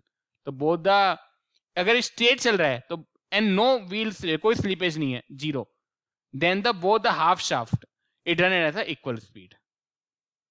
In the cold storage lemon up to the storage, तो आप ये याद कर लो लेमन और ऑरेंज ये आपका होता है 4 मंथ के लिए, एप्पल आपका होता है 5 मंथ के लिए, कैरेट ये आपका होता है 4 to 5 मंथ के लिए, ग्रेप ओनियन ये आपका होता है 5 to 6 मंथ के लिए, गार्लिक ओनियन, और देखो ओनियन के दो हैं, एक 5 to 6 भी है जीरो टेम्परेचर पर, एक आपका 6 to 8 भी है, तो ये बताना चाहिए। बनाना 7 से 8 दिन, वो बहुत स्पेशल है, इसको अलग से याद करना, 7 to 8 डेज। कैबेज ये चेक कर लेना 1.5 मंथ है, तो ये सब पता होना चाहिए आपका। कैबेज का एक बार चेक कर लेना। तो इन्होंने पूछा किसका है? कोल्ड स्टोरेज, लेमन और ऑरेंज, ये आपका 4 महीने होता है। आपका सही आंसर क्या जाएगा? सी 4 month. Which of the following है इवेपोरेटर प्रेशर ऑफ NH? अगर आप अमोनिया की बात करो तो इसका बॉइलिंग टेम्परेचर आपका होता है -33.3 डिग्री। क्रिटिकल टेम्परेचर की बात करोगे तो वो होता है 133। इवेपोरेटिंग प्रेशर की बात करोगे तो वो होता है 1.37 kg पर सेंटीमीटर स्क्वायर। फ्रीजिंग टेम्परेचर की बात करोगे तो -77.7 डिग्री, और कंडेंसेटिंग प्रेशर की बात करोगे तो 10.85 kg पर सेंटीमीटर स्क्वायर। तो उन्होंने पूछा इवेपोरेटिंग प्रेशर तो हो जाएगा 1.37। Efficiency of Carnot cycle if the T max 400 degree है, टी मिनिमम 72.3 डिग्री है, तो कार्नोट साइकिल की एफिशिएंसी आपकी होती है वो आपको होता है W डिवाइड बाई QH, तो 1 माइनस का TC डिवाइड बाई TH, तो 1 minus TC, T minimum given है 72.3 और ये 400, तो ये आपको आ जाएगा 81.95%, ये 81.9, तो B से राइट आंसर। डिफरेंशियल यूज अगर आपको याद हो तो ये आपकी ये इंजन है, सपोज करो ये इंजन है, यहाँ से पायर आएगी बिवल पिनियन में, यहाँ पे आपका क्राउन, ये बिवल पिनियन है, ये क्राउन गियर है, फिर यहाँ पे आपका फाइनल ड्राइव लगी होती है ऐसे करके, फिर आपको पूरी असेंबली होती है। तो बिवल गियर जो होते हैं आपके इंजन गियर होता है और क्राउन गियर आपका बिग गियर होता है। तो डिफरेंशियल में कौन से होते हैं? बिवल गियर, क्योंकि बिवल पिनियन है तो बिवल गियर। सी से right answer. Belt speed in metre per minute, with आपको गिवन है 30.5 सेंटीमीटर, एरिया गिवन है दैट इज कितना 0.0089 मीटर स्क्वायर, और कैपेसिटी गिवन है 60 मीटर क्यूब पर आवर। हमें बेल्ट स्पीड निकालनी है मीटर पर मिनट में, तो मैं कैपेसिटी को चेंज कर देता हूँ, तो Q इज इक्वल टू हो जाएगा 60 मीटर क्यूब, अगर मैं 60 से डिवाइड करूँ तो ये मिनट में आ जाएगी, equal to area into velocity कर दो, अगर मैं एरिया मीटर स्क्वायर में करूँ तो ये मीटर क्यूब पर मिनट में, 2 पावर कट के तो मेरा V जो होगा मीटर पर मिनट में आ जाएगा। तो Q is equal to sir area into velocity, मैं Q रख रहा हूँ मीटर क्यूब पर मिनट में और ये रखूंगा मीटर स्क्वायर में, तो ये अपने आप ही मीटर पर मिनट में आ जाएगा। तो आपको ये हो जाएगा 60 metre cube divide by R है तो डिवाइड 60, तो मीटर क्यूब पर मिनट हो गया। एरिया आपका 0.0089 metre square into velocity, the velocity is 112.35 metre per minute, तो 112.35 113 बोल सकते हो। ए से right answer. Continuous flow dryer use high, ये आपका डाउट क्वेश्चन है, क्यों? अलग अलग बुक में अलग आंसर दे रखा है तो हमें नहीं पता कौन सा आंसर ठीक है। We do not know which one is, क्योंकि डाउट्स रहेगा। दो स्टैंडर्ड बुक एग्रीकल्चर इंजीनियरिंग की धर्मात्मा बुक जिनको बोलते हैं, एक है principle of agriculture volume 1 TPN and Michael, it one of the best book, one of the best, मतलब इनके ऑथर्स के लिए इतनी रिस्पेक्ट है, one of the best book. और दूसरी आपकी यूनिट ऑपरेशन ऑफ एग्रीकल्चर केएमएसओ है, again it's a very best, मतलब बेस्ट वन, ये किसी को बेस्ट मान लो, ये फूड की सबसे स्टैंडर्ड बुक है। और ये हमारे एग्रीकल्चर इंजीनियरिंग पढ़ाई पूरी नहीं होती अगर आपने वॉल्यूम 1 वॉल्यूम 2 नहीं पढ़ी, दोनों स्टैंडर्ड बुक है, दोनों बहुत ही पहले से चली आ रही है, बहुत ही पुराने जमाने से। एक ने बुक में लिखा आंसर 70 डिग्री अगर आप प्रिंसिपल एग्रीकल्चर वॉल्यूम 1 में आओगे, अगर आप केएमएसओ में जाओगे तो 65 डिग्री, ठीक है, दोनों आंसर ठीक हो जाते हैं। किसी बच्चे ने 70 ही मार्क्स होगा, 65 भी, हमें नहीं पता क्या ठीक है, किसी को नहीं पता, अब दोनों ठीक है, हमें खुद नहीं पता होता है इतना। इसका अगर रेफर कर सकते हो तो पेज नंबर 708 अभी हमने मिलाया था, हमने लाइन बाय लाइन मिलाई, तो पेज नंबर 708 में गिवन है ये वाला फैक्ट, आप चेक कर सकते हो, आगे वहां 70 डिग्री लिखा है। अब केएमएसआई की बुक पढ़ोगे तो 150 पेज नंबर पे आना, तो वहां पे 65 डिग्री लिखा है। अब कौन सा ऑप्शन सही होगा पता नहीं, हमें खुद नहीं पता। हाँ, लेकिन प्रॉब्लम अगर आप हमसे पूछोगे, हाँ लेकिन मैं बता दूं, इन्होंने लिखा कंटिन्यूअस फ्लो ड्रायर यूज, अगर अब जो आप एग्जैक्ट लाइन मिलाओगे ना तो केएमएसआई में वर्ड यूज करा है, इन्होंने लिखा है, इन्होंने प्रिंसिपल एग्रीकल्चर लाइन में लिखी है it can be at high as 70 degree, इन्होंने लिखा है it use up to 65 degree. तो अगर यूज की बात करें, मतलब अगर मैं एग्जैक्ट लाइन मिला रहा हूं तो 65 डिग्री आंसर होना चाहिए, बट इट डिबेटेबल है, ये भी हो सकता है, मेरे हिसाब से 65 डिग्री ज्यादा सही है। अ गिवन टॉर्क 200 न्यूटन पर मीटर है, रोटेटिंग एज 4000 आरपीएम, पावर कितनी होगी 2 पाई TN/60, तो टॉर्क ये रखो, एन ये रखो, पावर निकाल दो, तो 2 पाई, अगर आप टॉर्क और ये आरपीएम रखते हो है ना, तो 2 पाई 200 इंटू 4000 डिवाइड बाई 60, ये आपका आएगा 83775 वोट, इसको 1000 डिवाइड करोगे तो 83.775, ये 83.80 kilowatt is right answer. Identify the suitable value of a soil pressure for a track type, अगर हम प्रेशर की बात करें तो either it can be track type और either it can be pneumatic wheel type, pneumatic wheel या rubber tyre. तो इसमें प्रेशर की बात करो, W डिवाइड बाई एरिया होता है, ये ट्रैक टाइप में एरिया ऐसे होता है V इंटू एल, ये तो पूरा एरिया आ जाएगा B इंटू एल, रेक्टेंगुलर वाला। न्यूमेटिक की बात करोगे प्रेशर तो again W force divide by area, यहाँ पे एरिया आपका होता है 0.78 BL, क्योंकि एरिया आपका ये सर्कुलर में आगे ऐसा कुछ बनता है, ये तो ये आपका 0.78 BL के बराबर होता है, तो ये आपको बताना चाहिए। तो इन्होंने पूछा किसका, ट्रैक टाइप का, ट्रैक टाइप में पूरा रेक्टेंगल बनता है BL, ये आपका किसका होता है, न्यूमेटिक वाले का, तो ये बताना चाहिए, तो बी से राइट आंसर। काउल्टर एडजस्टमेंट आपको बताता है, एमबी प्लाउ में हम 2 एडजस्टमेंट आपकी करते हैं, एक आपका जॉइंटर, एक आप काउल्टर, एक आपकी जॉइंटर।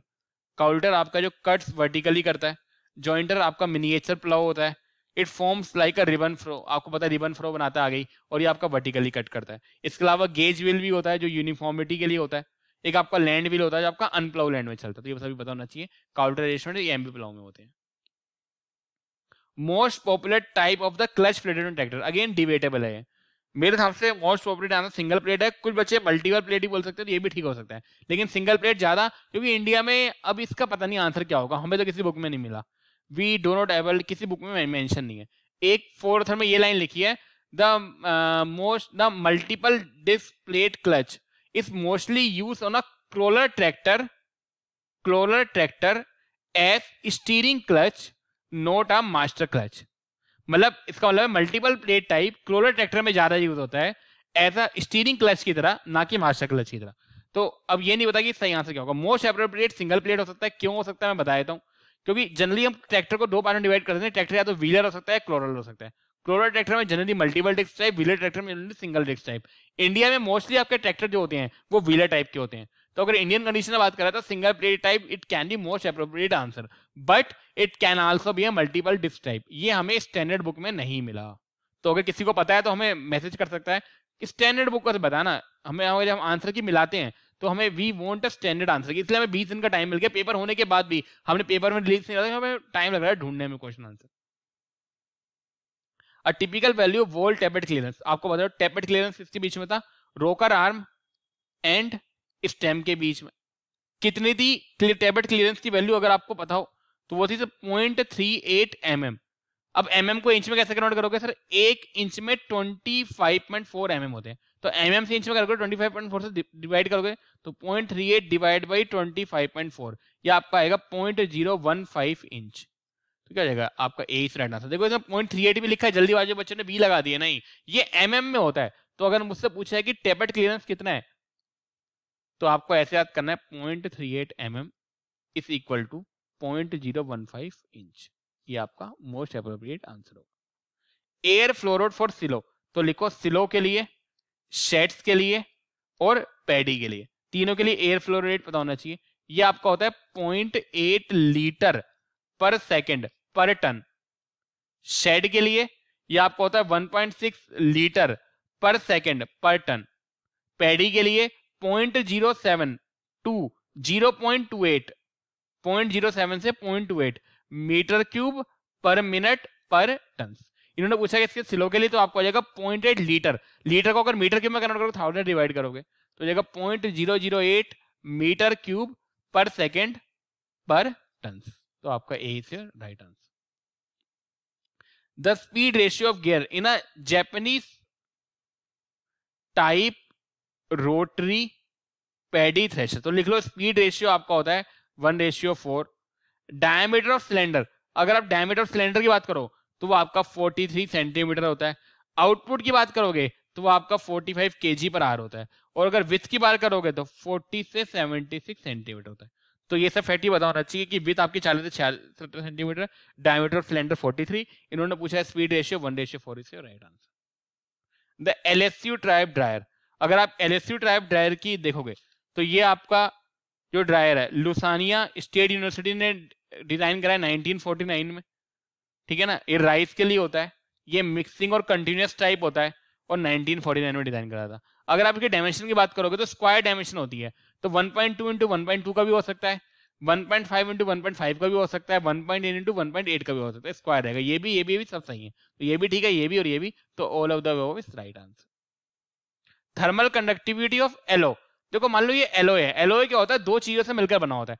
मान लो एक मेटल वन है, मान लो हम एग्जांपल लेते हैं कॉपर, अगर आप एग्जांपल लिखो ऐसे लिखो कॉपर और निकल। कॉपर की थर्मल कंडक्टिविटी आपकी होती है 401 वोल्ट पर मीटर केल्विन, निकल की आपकी होती है 91 वोल्ट पर मीटर केल्विन। अगर मैं कॉपर और निकल से मिलाकर, अब ये मेरा बनेगा एलोय, ये क्या है, दोनों अलग अलग मेटल हैं, ये भी मेटल 1 है, ये मेटल 2 है। अब दोनों को मिलाया मेरा, दोनों को एलो बन के बनते हैं कॉन्स्टेंटोन, इसका नाम ले रहे हैं कॉन्स्टेंटोन। इसकी थर्मल कंडक्टिविटी होती है 23। तो एलोय की थर्मल कंडक्टिविटी जो दोनों को मिला के बना है, दोनों की थर्मल कंडक्टिविटी से इंडिविजुअली कम है, मतलब 23 इससे भी कम है, 23 इससे भी कम है। तो अगर K1 और K2 से मिलकर के एक मिश्रण बन रहा है जिसकी थर्मल कंडक्टिविटी Km है, तो Km आपकी K1 से भी कम होगी और Km आपकी K2 से भी कम होगी। तो the thermal conductivity of alloy will be lower than either of two, दोनों से कम, किसी से भी ले लो, दोनों से कम, तो C is right answer. Adiabatic humidification, अगर आप अपना ये चार्ट देखोगे ऐसा वाला ये, तो यहाँ पे टेम्परेचर होता है सर, ये रहा, यहाँ पे ह्यूमिडिटी होती है, ये ह्यूमिडिटी है ये। अगर आप जाओगे यहाँ पर तो आपको पता है यहाँ पर मेरा हीटिंग होगी, टेम्परेचर ज्यादा है, यहाँ पे मेरी कूलिंग होगी। ऊपर जाओगे तो ह्यूमिडिटी बढ़ गई तो ह्यूमिडिफिकेशन हो गया, नीचे आओगे तो मेरा ड्यूह्यूमिडिफिकेशन हो गया। क्या हो गया सर, ड्यूह्यूमिडिफिकेशन हो गया। अगर आप यहाँ से कोई लाइन खींचते हो तो ये आपकी एंथैल्पी आती है, क्या आती है, एंथैल्पी।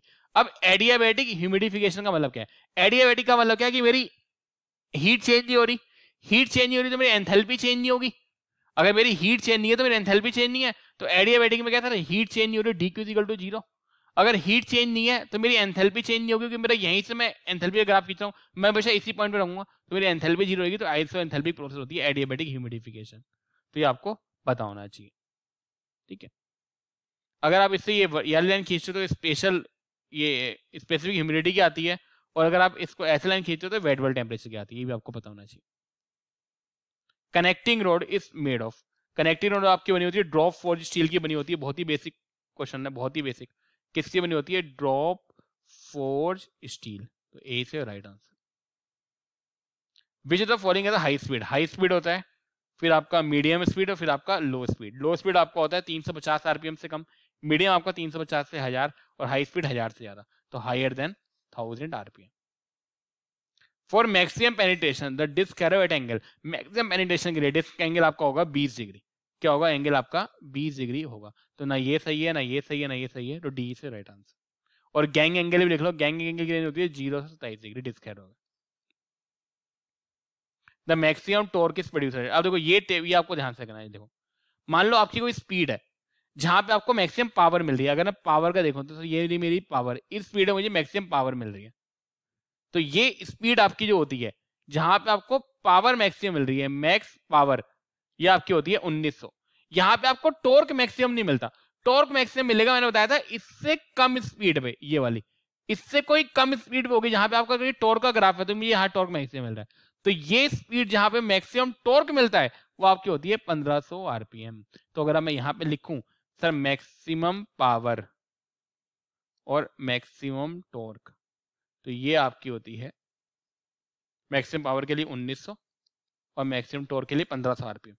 अब मैक्सिमम पावर, अभी मैंने ग्राफ बनाया था सर, ये रहा, ये मैक्सिमम पावर वाला ग्राफ है, मैक्सिमम पावर वाला, मैक्सिमम पावर है मेरा, कुछ टॉर्क होगा, मैं इसको टी से दिखा रहा हूं, जो ये मेरा मैक्सिमम पावर पे टॉर्क होता है, ठीक है ना, ये जो मेरा मैक्सिमम टॉर्क होगा उसका 88% होगा, तो आपको यही पता होना चाहिए the torque at maximum power, torque at maximum power it's equal to the 88% of a torque at maximum torque.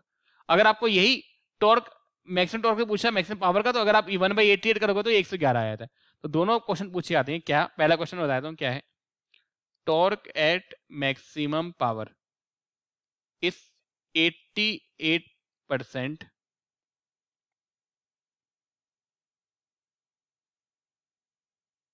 Of T max, और अगर आप यही टी मैक्स निकालोगे तो एक चेक कर लेना 1/88 करोगे 188 तो 111% आ जाएगा। तो देख लेना क्या पूछा यार पेपर में, तो ये सब आपको चाहिए पता होनी चाहिए, ठीक है। तो फिर से बोल रहा हूँ, मैक्सिमम पावर आपकी 1900 आरपीएम पे और मैक्सिमम टॉर्क आपका 1500 आरपीएम पे। 150 mm thick thermocol is the best insulating material of, अगर आप ये देखोगे इसका आंसर, ये आपका आंसर होगा -30 डिग्री से आपका 80 डिग्री सेंटीग्रेड, तो आपका C is your right answer, C is right answer. ये आपको ऑब्जेक्टिव क्वेश्चन डायरेक्ट पूछा गया है, principle agriculture engineering volume 1 TP ओजेंड एम माइकल, पेज नंबर 569। हम जब आंसर की ढूंढ रहे थे तो हमने इस बुक को रेफर करा था, इस बुक में डायरेक्ट क्वेश्चन दिया गया था, तो ये बुक में डायरेक्ट क्वेश्चन दे रखा है वहां पर, तो आप वहां से वेरीफाई कर सकते हैं। The maximum moisture content for wheat, मैंने फिर से बताया था वीट की अगर रेंज पूछा है तो 10 से 12 है, अगर सिंगल वैल्यू पूछी है तो 13% है। ये आपकी अगर आप देखोगे तो केएम साई में टेबल मेंशन है, ये मेंशन है प्रिंसिपल एग्रीकल्चर इंजीनियरिंग वॉल्यूम 1 में, ठीक है। ऐसी मेज, बार्ले, वीट, इनका भी 13% होता है, ठीक है। That are used to relationship between the water activity and EMC, देखो पहले तो इक्विलिब्रियम मॉइस्चर कंटेंट के मॉडल पढ़ो, वो आपके होते हैं केल्विन, हरकिंस जूरा, चंग फोस्ट, ये आपको बताते हैं ईएमसी एंड मॉइस्चर कंटेंट के बीच में, और हेंडरसन, ठीक है। ये आपका ईएमसी और मॉइस्चर कंटेंट, इन्होंने पूछा कि इसका ईएमसी और वाटर एक्टिविटी, तो ईएमसी एंड वाटर एक्टिविटी के बीच में जो मॉडल है वो आपका है गैब मॉडल, क्या है, गैब मॉडल, GAB, ठीक है। अगर आपको इक्वेशन लिखनी है तो इसकी मॉइस्चर कंटेंट में गैब मॉडल की इक्वेशन लिख रहा हूँ, C1 K0 M0 AW divide by 1 minus K AW bracket में 1 minus K AW plus C1 K1 AW, ज्यादा आपको पढ़ना नहीं है। केल्विन अगर आप देखोगे ईएमसी और मॉइस्चर कंटेंट केल्विन कभी होता था जब RH 95 से ज्यादा हो, हेंके जीरो जब RH 30 से कम हो, चंग फोर्स अगर 20 से 90 के बीच में हो, और हेंडरसन सभी रिलेटिव ह्यूमिडिटी और सभी ईएमसी की वैल्यू के लिए। तो अगर पूछा है ईएमसी और मॉइस्चर कंटेंट के बीच में तो केल्विन, हरकिन जूरा, ये ईएमसी और रिलेटिव ह्यूमिडिटी के बीच में, क्योंकि ये आपका रिलेटिव ह्यूमिडिटी बताते हैं, इन सबके अलग अलग इक्वेशन है, कोई प्रेशर वगैरह। लेकिन अगर पूछा कि वाटर एक्टिविटी और ईएमसी के बीच तो गैप्स मॉडल हो जाएगा, GAB। Which of the following tool is used for the weeding of the paddy, आपको पता होना चाहिए weeding of the paddy in standing water में आप लोग कौन सा यूज होता है, रोटरी पैडी वीडर, ये आपको यूज होता है weeding of paddy in standing water, और इसका पैडी क्रॉप्स में आपका हायर आउटपुट होता है, तो ये आपका ए से right answer. Quantity of air required for the complete combustion of per unit of weight of the octane, direct आप 15/1 भी आप एग्जैक्ट याद कर सकते हो। अगर आपको करना है तो बताना चाहिए CXHY plus X plus Y/4 O2 equal to XCO2 plus Y/2 H2O। अगर आप O2 जाओगे तो बाई वेट ये आपका होता है 23%, बाई वॉल्यूम अगर आप जाओगे 21% होता है। अगर हम ऑक्टेन का निकालें तो उसका फॉर्मूला होता है C8H18 प्लस आप इसे रखोगे तो 8/18/4, ये आपका आएगा 12.5 O2 equal to 8 CO2 plus 9 H2O, ये रहा। अब आपको बताया मुझे क्या निकालना है, एयर फ्यूल रेशियो, क्या निकालना है सर, एयर फ्यूल रेशियो। अब आपको पता है ऑक्सीजन कितनी है मेरी, ऑक्सीजन ये रही 12.5 इंटू ऑक्सीजन कितनी है, ऑक्सीजन का वेट कितना होता है 32, 16 दूना 32, ये रहा। अच्छा, अब इन्होंने लिखा कि मान लो 1 ग्राम एयर में 0.3 ग्राम ऑक्सीजन है और हम भाई वेट निकाल रहे हैं। क्या निकाल रहे हैं भाई? वेट निकाल रहे हैं। 23% आपका क्या होता है? ऑक्सीजन होती है। तो ऑक्सीजन में एयर कितनी होगी? 1/0.23। तो अगर मुझे यहीं पे एयर निकालनी है तो ये 0.23 से डिवाइड करूंगा। ये रहा। अगर फिर से कर देता हूँ, फिर से इक्वेशन लिख देता हूँ यहाँ पर, C8H18 plus 12.5 oxygen equal to 9 CO2 plus 8 H2। अब आपसे पूछा कि एयर बाई फ्यूल पूछा है। आपको पता है मेरा ऑक्सीजन में कितनी होगी? मैं ऑक्सीजन से एयर निकाल रहा हूँ। ऑक्सीजन मेरी कितनी है? 12.5 इंटू 32। लेकिन जब एयर, मान लो ये है एयर, इसमें 23% ही ऑक्सीजन है इस एयर में, तो यानी 1 ग्राम एयर में कितना है? 0.23 ऑक्सीजन। तो 0.23 अगर मुझे ऑक्सीजन से निकालना है तो एक ऑक्सीजन में कितना होगा? 1/0.23 एयर। तो अगर मुझे एयर निकालनी तो एयर कितनी हो जाएगी? एयर आपकी हो जाएगी 12.5 32 डिवाइडेड 0.23। तो इसको यहाँ पे रख सकता हूँ एयर को। तो 12.5 32 डिवाइडेड 0.23, ये तो आपके आगे एयर। डिवाइड बाई फ्यूल करना है। फ्यूल कितना होता है? ये फ्यूल है मेरा। तो 12 इंटू 8 प्लस 18 इंटू 1 करोगे 96 18 114 इंटू 114। इसको सोल्व करोगे तो 15.05 रेशियो बना जाएगा। तो ए से right answer. Rice bran contains an enzyme. Rice bran में जो एंजाइम होता है उसको बोलते हैं लाइपेस एंजाइम। और लाइपेस एंजाइम ये आपका अच्छा नहीं होता। इसकी रिटार्ड कब होती है? थर्मल ट्रीटमेंट अगर हम 100 से 105 डिग्री ले जाएं फॉर अ टाइम ऑफ 5 से 10 मिनट, तभी रिटार्ड कर देता है। रिटार्डेशन नहीं पता होना चाहिए। टेम्परेचर 100 से 150, टाइम 5 से 10। तो क्या हो जाएगा? लाइपेस एंजाइम है। तो ये भी नहीं और ये भी नहीं, तो D is right answer. The specific heat of pears above below freezing point. अब इसमें यूनिट गिवन नहीं है। हमने जो इसकी यूनिट ली है वो आपकी स्टैंडर्ड यूनिट ली है जो होती है किलो कैलोरी पर केजी पर डिग्री सेंटीग्रेड। तो एबव फ्रीजिंग, फ्रीजिंग से ऊपर वो आपकी 0.89 होती है, बिलो फ्रीजिंग वो आपकी 0.43 होती है। तो A is your right answer. In the thin layer drying, अगर आप इसमें जाओगे दो बुक आप रेफर कर सकते हो, KMSI unit operation of agriculture engineering, दूसरी principle of agriculture engineering volume 1 TP Ojha and AM Michael. KMSI में लिखा है 20 केएमएसआई में लिखा है less than 15 centimetre thin bed की और डी बेड की ग्रेटर देन 15 सेंटीमीटर। अगर आप ये टीपी में आओगे तो greater than less than 20 centimetre, greater than 20 centimetre, दोनों के फैक्ट पता होना चाहिए। तो इन्होंने अब 20 तो ऑप्शन में है ही नहीं, तो हम 15 सेंटीमीटर सही मानेंगे। अल्ट्रा लो वॉल्यूम आपको बताना चाहिए। अल्ट्रा लो वॉल्यूम आपका होता है, अल्ट्रा लो वॉल्यूम का आपका होता है less then 5 litre per hectare जो स्प्रेयर आपके होंगे। ये वीडी साइड के लिए यूज होता है। और भी फैक्ट लिख लो, ये वीडी साइड के लिए यूज होता है। इसमें जो पार्टिकल का साइज होता है वो 35 से 100 माइक्रोमीटर होता है। जो स्पीड आपकी होती है 4000 से 9000 आरपीएम होती है। और जो वोल्टेज होती है वो 6 से 12 वोल्ट होती है। तो आपको किस लिए होता है? वीडी साइड के लिए। और ये एयरक्राफ्ट स्प्रेइंग भी होता है, एयरक्राफ्ट स्प्रेइंग इसमें भी यूज होता है।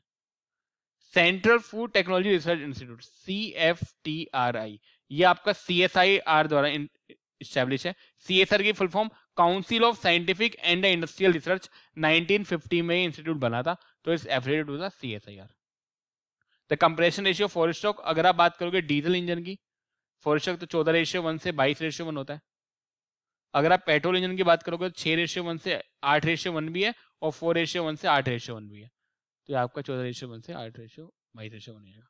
Milk flow with an average velocity of this, तो एवरेज वेलोसिटी गिवन है 0.5, डायमीटर गिवन है 0.025, mm है तो मीटर में कन्वर्ट कर दो। तो फ्लो नंबर आपका होता है V डिवाइड बाई √GD। तो V this 0.5 divide by 9.8 into 0.025। तो इसका सॉल्व करोगे तो आपका 1.01 आ जाएगा। तो डेट इज योर डी से right answer. Application rate of the phosphine, अगर आप फोस्फीन को बारे में बात करोगे तो ये ब्लैंकेट फॉर्म में कर सकते हैं। ये आपका टोल सील्ड सिलों में यूज होती है और जो इसका रेंज रहता है वो रहता है 0.5 से 1 ग्राम पर मीटर क्यूब स्टोरेज वॉल्यूम। तो 0.1 से 1 ग्राम पर metre cube of storage volume. तो D is right answer. Double runner disc type attrition mill range form, आपको पता होना चाहिए। एट्रिशन मिल आपकी दो टाइप की होती है, बर मिल और डबल डिस्क रनर। बर मिल के बारे में बात करो तो डायमीटर आपका होता है 20 से 137 सेंटीमीटर, आरपीएम आपके होते हैं 350 से 700। अगर डबल रन आपके डबल डिस्क में होगा तो इसके आरपीएम आपके होते हैं 1200 से 1700, 1200 7000 आरपीएम सॉरी। और बोथ डिस्क, अब दोनों में डिफरेंस क्या है? देखो इसमें एक डिस्क रिवॉल्व करेगी और एक डिस्क आपकी स्टेशनरी रहेगी। इसमें दोनों डिस्क रिवॉल्व करेगी डबल डिस्क में। तो एट्रिशन मिल होती है दोनों की दोनों। तो इसका आरपीएम होता है 350 से 700, किसका बर का, इन्होंने पूछा डबल रनर डिस्क, तो ये इसने पूछा 12 से 7 ईयर हो जाएगा, तो 20 है राइट आंसर। यहाँ पे कितना, यहाँ पे होता है बर्मिल का, और डायमीटर कितना होता है 20 से 137 सेंटीमीटर, यही पता होना चाहिए। डीप बेड ड्राइंग आगे होता है, डीप बेड ड्राइंग की जो प्रॉब्लम होती है किस साइंटिस्ट ने यूज करती है, हकिल्स एनालिसिस करते हैं हम इसको, इसी को सॉल्व करते हैं। The fuel pressure at the feed pump, अब आपको पता होना चाहिए ये सब, ये तो मैंने बताया भी था। फीड पंप अगर आप देखोगे तो एक फीड पंप हो गया और एक फ्यूल इंजेक्टर हो गया, फ्यूल इंजेक्टर। फीड पंप पे 1.5 से 2.5 kg पर सेंटीमीटर स्क्वायर होता है। फ्यूल इंजेक्शन में आओगे तो वो आपका 120 से 200 kg पर सेंटीमीटर स्क्वायर, किसी किसी बुक में 120 से 300 kg पर सेंटीमीटर, दोनों आपको पता होना चाहिए। फिर फीड में पूछा तो आंसर 1.5 से 2.5 हो जाएगा। ये आपका होता है किसमें, फ्यूल इंजेक्टर में। Which is the wrong station of the Fourier, अगर आप फोरियर लॉ में आओगे तो आपको पता होना चाहिए, देखो ये आपको मान लो T1 टेम्परेचर है, तो आपके ऐसे Q is equal to minus का K A delta T by delta X. तो जो आपको ये टेम्परेचर ग्रेडियंट है ये लीनियर है, क्योंकि लीनियर डिक्रीज होता है, तो इसके एजम्पशन कहते हैं लीनियर डिक्रीज होगा। कोई इंटरनल हीट जनरेशन नहीं होगी, no internal heat generation. Steady state होगा, स्टडी स्टेट यूनिट डायरेक्शन होगा, एक ही डायरेक्शन में होगा, यूनिट यहां से यहां आ रहा है, यहीं से यहां होगा, यूनिट डायरेक्शनल। फिर आपका आइसोट्रोपिक मटेरियल होगा और होमोजीनियस होगा और बाउंड्री सरफेस आइसोथर्मल होगा। तो मैं फिर से एजम्पशन पढ़ देता हूं, linear, no internal heat generation, steady state, unit directional, isotropic and homogeneous and boundary layer is isothermal. तो ये बिल्कुल ठीक है एजम्पशन में, ये भी ठीक है, ये भी ठीक है। ये यहाँ पे लीनियर होगा, नो लीनियर नहीं, तो नो नहीं, तो ए से right answer. The most common machine for the paddy hulling, paddy hulling के लिए हम यूज करते हैं हम एंगलबर्ग हलर, सबसे ज्यादा मोस्ट कॉमन इंडिया में है। और भी लिख लो, इसमें फ्रिक्शन फोर्स यूज होती है। इसका वर्किंग एलिमेंट आपका होता है कास्ट आयरन रोलर। इसका जो स्पीड होती है वो 600 से 900 आरपीएम होती है, और जो कैपेसिटी होती है वो 250 से 750 kg पर आर होती है। ठीक है, तो ये सब आपको फैक्ट जो है पता होना चाहिए। आपका जीरो टिल्ड सीड ड्रिल में हो ना, पिछली बार हमने ये, ठीक है। जीरो टिल्ड जो सीड ड्रिल होती है वो आपका जीप अंदर ने डेवलप करी थी, कुछ फैक्ट लिख लो। ये वीट के लिए यूज होती है, इसमें inverted T type furrow opener use होता है। ये आपका 30 से 35 HP ट्रैक्टर के लिए यूज होता है, और जो कैपेसिटी होती है वो आपकी 0.35 से 0.5 हेक्टेयर पर आर के बीच में होती है, 5 से 0.5 हेक्टेयर पर आर के बीच में होती है। ठीक है, और जो HP था वो 30 से 35 HP, तो डी से राइट आंसर। इंजन वॉल्व, अगर आप प्रिंसिपल एग्रीकल्चर इंजीनियरिंग वॉल्यूम 1 में रेफर करोगे तो उन्हें पूरी टेबल बना रखी है। तो जो इंजन वॉल्व थी तो वो आपकी बनी होती है forge steel and steel alloy, steel alloy. ये रहा, जो सिलेंडर होता है वो आपका कास्ट आयरन और कास्ट एल्यूमिनियम। तो फोर्ज स्टील और स्टील एलो दोनों ठीक है वॉल्व के लिए, तो both A and B is right answer C. Clean bold paddy of 100 kg की कितना ब्रांड मिलेगा? देखो ये बहुत डिबेटेबल है, बहुत ज्यादा डिबेटेबल है, क्योंकि ब्रांड जनरली आपको होता है 4 से 6%। अब कोई बुक देख लो, केम्स है, कोई बुक पढ़ लो, 4 से 6% है। हमें नहीं पता कि इसका राइट आंसर क्या है, वी डू नॉट नो, हम नहीं जानते, हमें भी डाउट है इसमें। क्या है? डाउट है। क्यों? जब हम इसको सॉल्व करें तो कैसे करेंगे अब समझ नहीं आया। ब्रांड 4 से 6% है, तो 4 से 6 की जो मेरे हिसाब से आंसर 6 होना चाहिए। उन्होंने लिखा है वुड यील्ड, तो मैक्सिमम आपका 4 से 6 kg। तो मैं यहाँ पे बता देता हूँ, अगर आप बुक को फॉलो करोगे तो आंसर 6 kg, लेकिन अगर आप इंटरनेट पे पढ़ोगे आजकल तो इन्होंने लिखा है क्लीन बोल्ड पैडी, तो 5 से 10 kg का भी ब्रांड देते हैं। कुछ बुक में भी लिखा 5-10, तो मैं 5 से 10 नहीं मानता, क्योंकि अगर हम स्टैंडर्ड बुक में आए तो 4 से 6 लिखा है। इन्होंने लिखा है वुड यील्ड, यील्ड मैक्सिमम हो जाएगा, तो हमारा आंसर 6 kg राइट आंसर होना चाहिए। तो मोस्ट अप्रोप्रिएट इज 6 kg। पर कोई बच्चा बोलता है सर मैं 4 मार के आया हूं, तो पता नहीं यार, क्या पता वो सही हो, हमें भी नहीं पता। आंसर की जब ऑफिशियल आएंगे तो पता चलेगा। 10 क्या पता ये सही हो, अब उन्होंने कैसे सोल्व करा है पता नहीं, हमारे हिसाब से 6, हम गलत भी हो सकते हैं। The rate of the mass transfer, again mass transfer जो होता है कंसंट्रेशन ग्रेडियंट के कारण होता है। हीट ट्रांसफर जो आपका टेम्परेचर ग्रेडियंट के कारण होता है। इसमें आपको वही कंडक्शन, कन्वेक्शन, रेडिएशन, ये आपका फोरियर्स ने दिया था, ये न्यूटन ने दिया था, और ये स्टीफन बोल्ट्जमैन ने दिया था। ये आपका mass transfer concentration gradient fix law ने दिया था, तो ये आपका फिक्स लो। पास्कल आपका प्रेशर लो में होता है, न्यूटन आपका कन्वेक्शन में यूज होता है, या आपका कंडक्शन में यूज होता है। डाउट, मेज ऑयल एंड ग्लूटन, ये हमें कहीं भी नहीं मिला, कहीं भी नहीं मिला। ना हमने पूरी केम साहे मिला ली, प्रिंसिपल एग्रीगेट वॉल्यूम मिला लिया, हमें कहीं आंसर नहीं मिला इसका। तो करेक्ट आंसर क्या है पता नहीं। नेट पे दिखा रहा था कि ग्लूटन में जो प्रोटीन होता है वो 60 से 65% होता है, तो प्रिंसिपल एग्रीगेट में नहीं मिला Na, इसमें भी नहीं मिला हमें। क्या पता किसी बच्चे ने, हमने पढ़ाई, हमने पूरी की लाइन बाई लाइन मिलाई थी, वैसे मैंने खुद पढ़ रखी है दोनों बुकें, पर मुझे कहीं नहीं मिला है। किसी बच्चे को अगर सही आंसर पता हो तो भेज सकता है, इसमें डाउट है। आंसर 60 या 65 हो सकता है as per the internet. Internet पर आंसर 60-65 था, लेकिन इसमें डाउट है। तो अभी मान के लो both A and C it can be right answer. Thresh paddy है सन ड्राइड, ये बिल्कुल सही आंसर है, सही क्वेश्चन है। अगर आप यहाँ पे लिख लो, जो पैडी होता है उसकी मिलिंग पे मॉइस्चर कंटेंट आपका होता है 12 से 14 या 13 से 14 मॉइस्चर कंटेंट। स्टोरेज के टाइम पे आपका होता है 10 से 12 मॉइस्चर कंटेंट, मैक्सिमम 12। हार्वेस्ट के टाइम पे आपका होता है 20 से 22%। और जब सन ड्राई करते हैं तो हम करते हैं 13 to 14%। तो ये आपको होना चाहिए 13 से 14% is right answer. Which of the following type of atmosphere should be developed for the semi perishable? देखो पेरिशेबल फूड वो होते हैं जिनको आप ठंडे में रखना चाहेंगे, वरना जैसे फिश हो गया, मीट हो गया, दूध हो गया, मिल्क, तो आपके लिए आपका जिनको ठंडे में जल्दी रखा है वरना खराब हो जाते हैं। मतलब दिनों, मतलब मान लो कोई दूध आपने फ्रिज में रखा हो तो जल्दी खराब हो जाएगा 1-2 दिन में ही। सेमी पेरिशेबल थोड़े से ऐसे जो 1 महीने तक चल जाएंगे अगर आप बाहर भी रखोगे। तो हॉट टेम्परेचर दोनों में नहीं चाहिए होता, तो हमें चाहिए होता है मॉडिफाइड एटमॉस्फेयर, जहां पे हम उसका ऑक्सीजन को रिड्यूस कर सके ताकि हम उसको एक स्टैंडर्ड टेम्परेचर, स्टैंडर्ड कंडीशन में स्टोर कर सके। तो आपका modified atmosphere is right answer. The device used to transfer the heat from the fluid to another fluid, heat exchanger, B is right answer. Which among the following is a transducer in example of passive? तो transducer ये रहा। तो दो होते हैं, active और passive. अगर आप एक्टिव ट्रांसड्यूसर की बात करोगे तो इसमें एनर्जी कन्वर्सिबल है विदाउट एक्साइटेशन। मतलब इसमें हमें मान लो कि हमने सिग्नल आया, ये सिग्नल इनपुट आउटपुट, तो आउटपुट सिग्नल खुद ही आ जाएगा। इसमें हमें एक्साइटेशन नहीं करना, मतलब एक्सटर्नल कोई फोर्स नहीं लगानी। तो ये एक्टिव होते हैं। एक्टिव एग्जांपल कौन कौन से होते हैं पढ़ लो। Thermocouple, photovoltaic cell, piezometric crystals, ये सब होते हैं। पैसिव मतलब जिसमें इनपुट से आउटपुट के लिए हमें कोई ना कोई एक्सटर्नल फोर्स लगानी पड़ेगी, जैसे जो जिसमें भी चेंज इन रेजिस्टेंस होगा, चेंज इन कैपेसिटेंस होगा, जैसे थर्मिस्टर हो गया, थर्मिस्टर वगैरह ये सब। तो थर्मोकपल इज एक्टिव, ये भी एक्टिव, ये एक्टिव, और ये आपका पैसिव हो जाएगा। बिकॉज इसमें जो आउटपुट होता है ये इनपुट्स के साथ साथ डिपेंड करता है, लेकिन इसमें जैसे चेंज इन रेजिस्टेंस नहीं होगा तो हमारा चेंज इन टेम्परेचर नहीं होगा।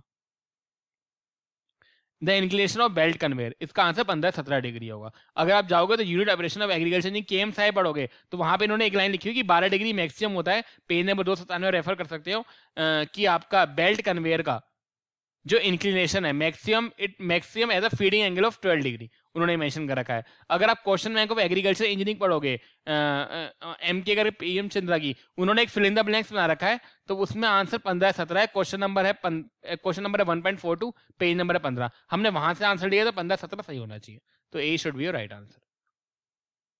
Governing law of heat transfer में आया था, हीट ट्रांसफर में 3 होते हैं, कंडक्शन, कन्वेक्शन और रेडिएशन। इसका फोरियर्स, इसका न्यूटन, इसका स्टीफन। तो ये दोनों तो नहीं है क्योंकि मास ट्रांसफर का है। वेलोसिटी ये आपका वेलोसिटी का है, V = KI, जो ओपन चैनल में होता है, चेजिस लॉ। तो अब बचा क्या, फोरियर्स लॉ। तो ये आपका कंडक्शन का है। अब ये भी आपका हीट ट्रांसफर में आता है, लेकिन इन दोनों में सबसे पहले फोरियर्स आता है, हम फोरियर्स को आंसर सही मानेंगे। दो इसको ऑप्शन में देना नहीं चाहिए था, अब पता नहीं, लेकिन सी से राइट आंसर।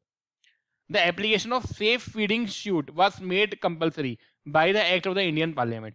अगर आप देखोगे ये वाला, तो यहाँ पे सेफ शूटिंग जो मशीन था वो 1980 के 1981 पार्लियामेंट एक्ट के इन्होंने यहाँ पे कंपलसरी कर दिया था। इसका एंगल भी याद कर लो, 10 से 15 डिग्री होता है hammer mill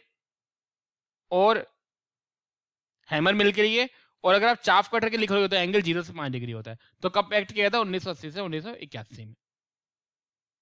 main driving potential of mass transfer में आपका होता है कंसंट्रेशन ग्रेडियंट, हीट ट्रांसफर में आपका होता है temperature gradient. The process of the heat transfer in the heat flows from a hotter body, ये हॉटर से कोल्ड बॉडी की हो, इन द इलेक्ट्रोमैग्नेटिक फील्ड, तो आपका हो जाएगा radiation. The volumetric efficiency of turbocharge, इसमें डाउट है, क्यों? अगर आप कोई भी इंटरनेट पढ़ लो तो लिखा हो रहा है टर्बोचार्ज, और जो सुपरचार्ज इंजन होते हैं उसमें हाईली कंप्रेस एयर होती है, तो एफिशिएंसी 100% से ज्यादा होना चाहिए वॉल्यूमेट्रिक एफिशिएंसी की बात करें। लेकिन ये क्वेश्चन आपका ऑलरेडी गेट 1994 में आ चुका है, गेट 1999 क्वेश्चन नंबर 4, मतलब ये 1999 का क्वेश्चन है 1999 गेट का, ये क्वेश्चन नंबर 4। अगर आप जाओगे तो उसके आंसर अगर आप दास एंड मोहंती की बुक से मिलाओगे तो उन्होंने आंसर 90 से 100 माना है, ये वाला। ठीक है, एक और बुक है संजय कुमार, उन्होंने भी 90 से 100 माना है। तो गेट का क्वेश्चन है, गेट 1999 क्वेश्चन नंबर 4।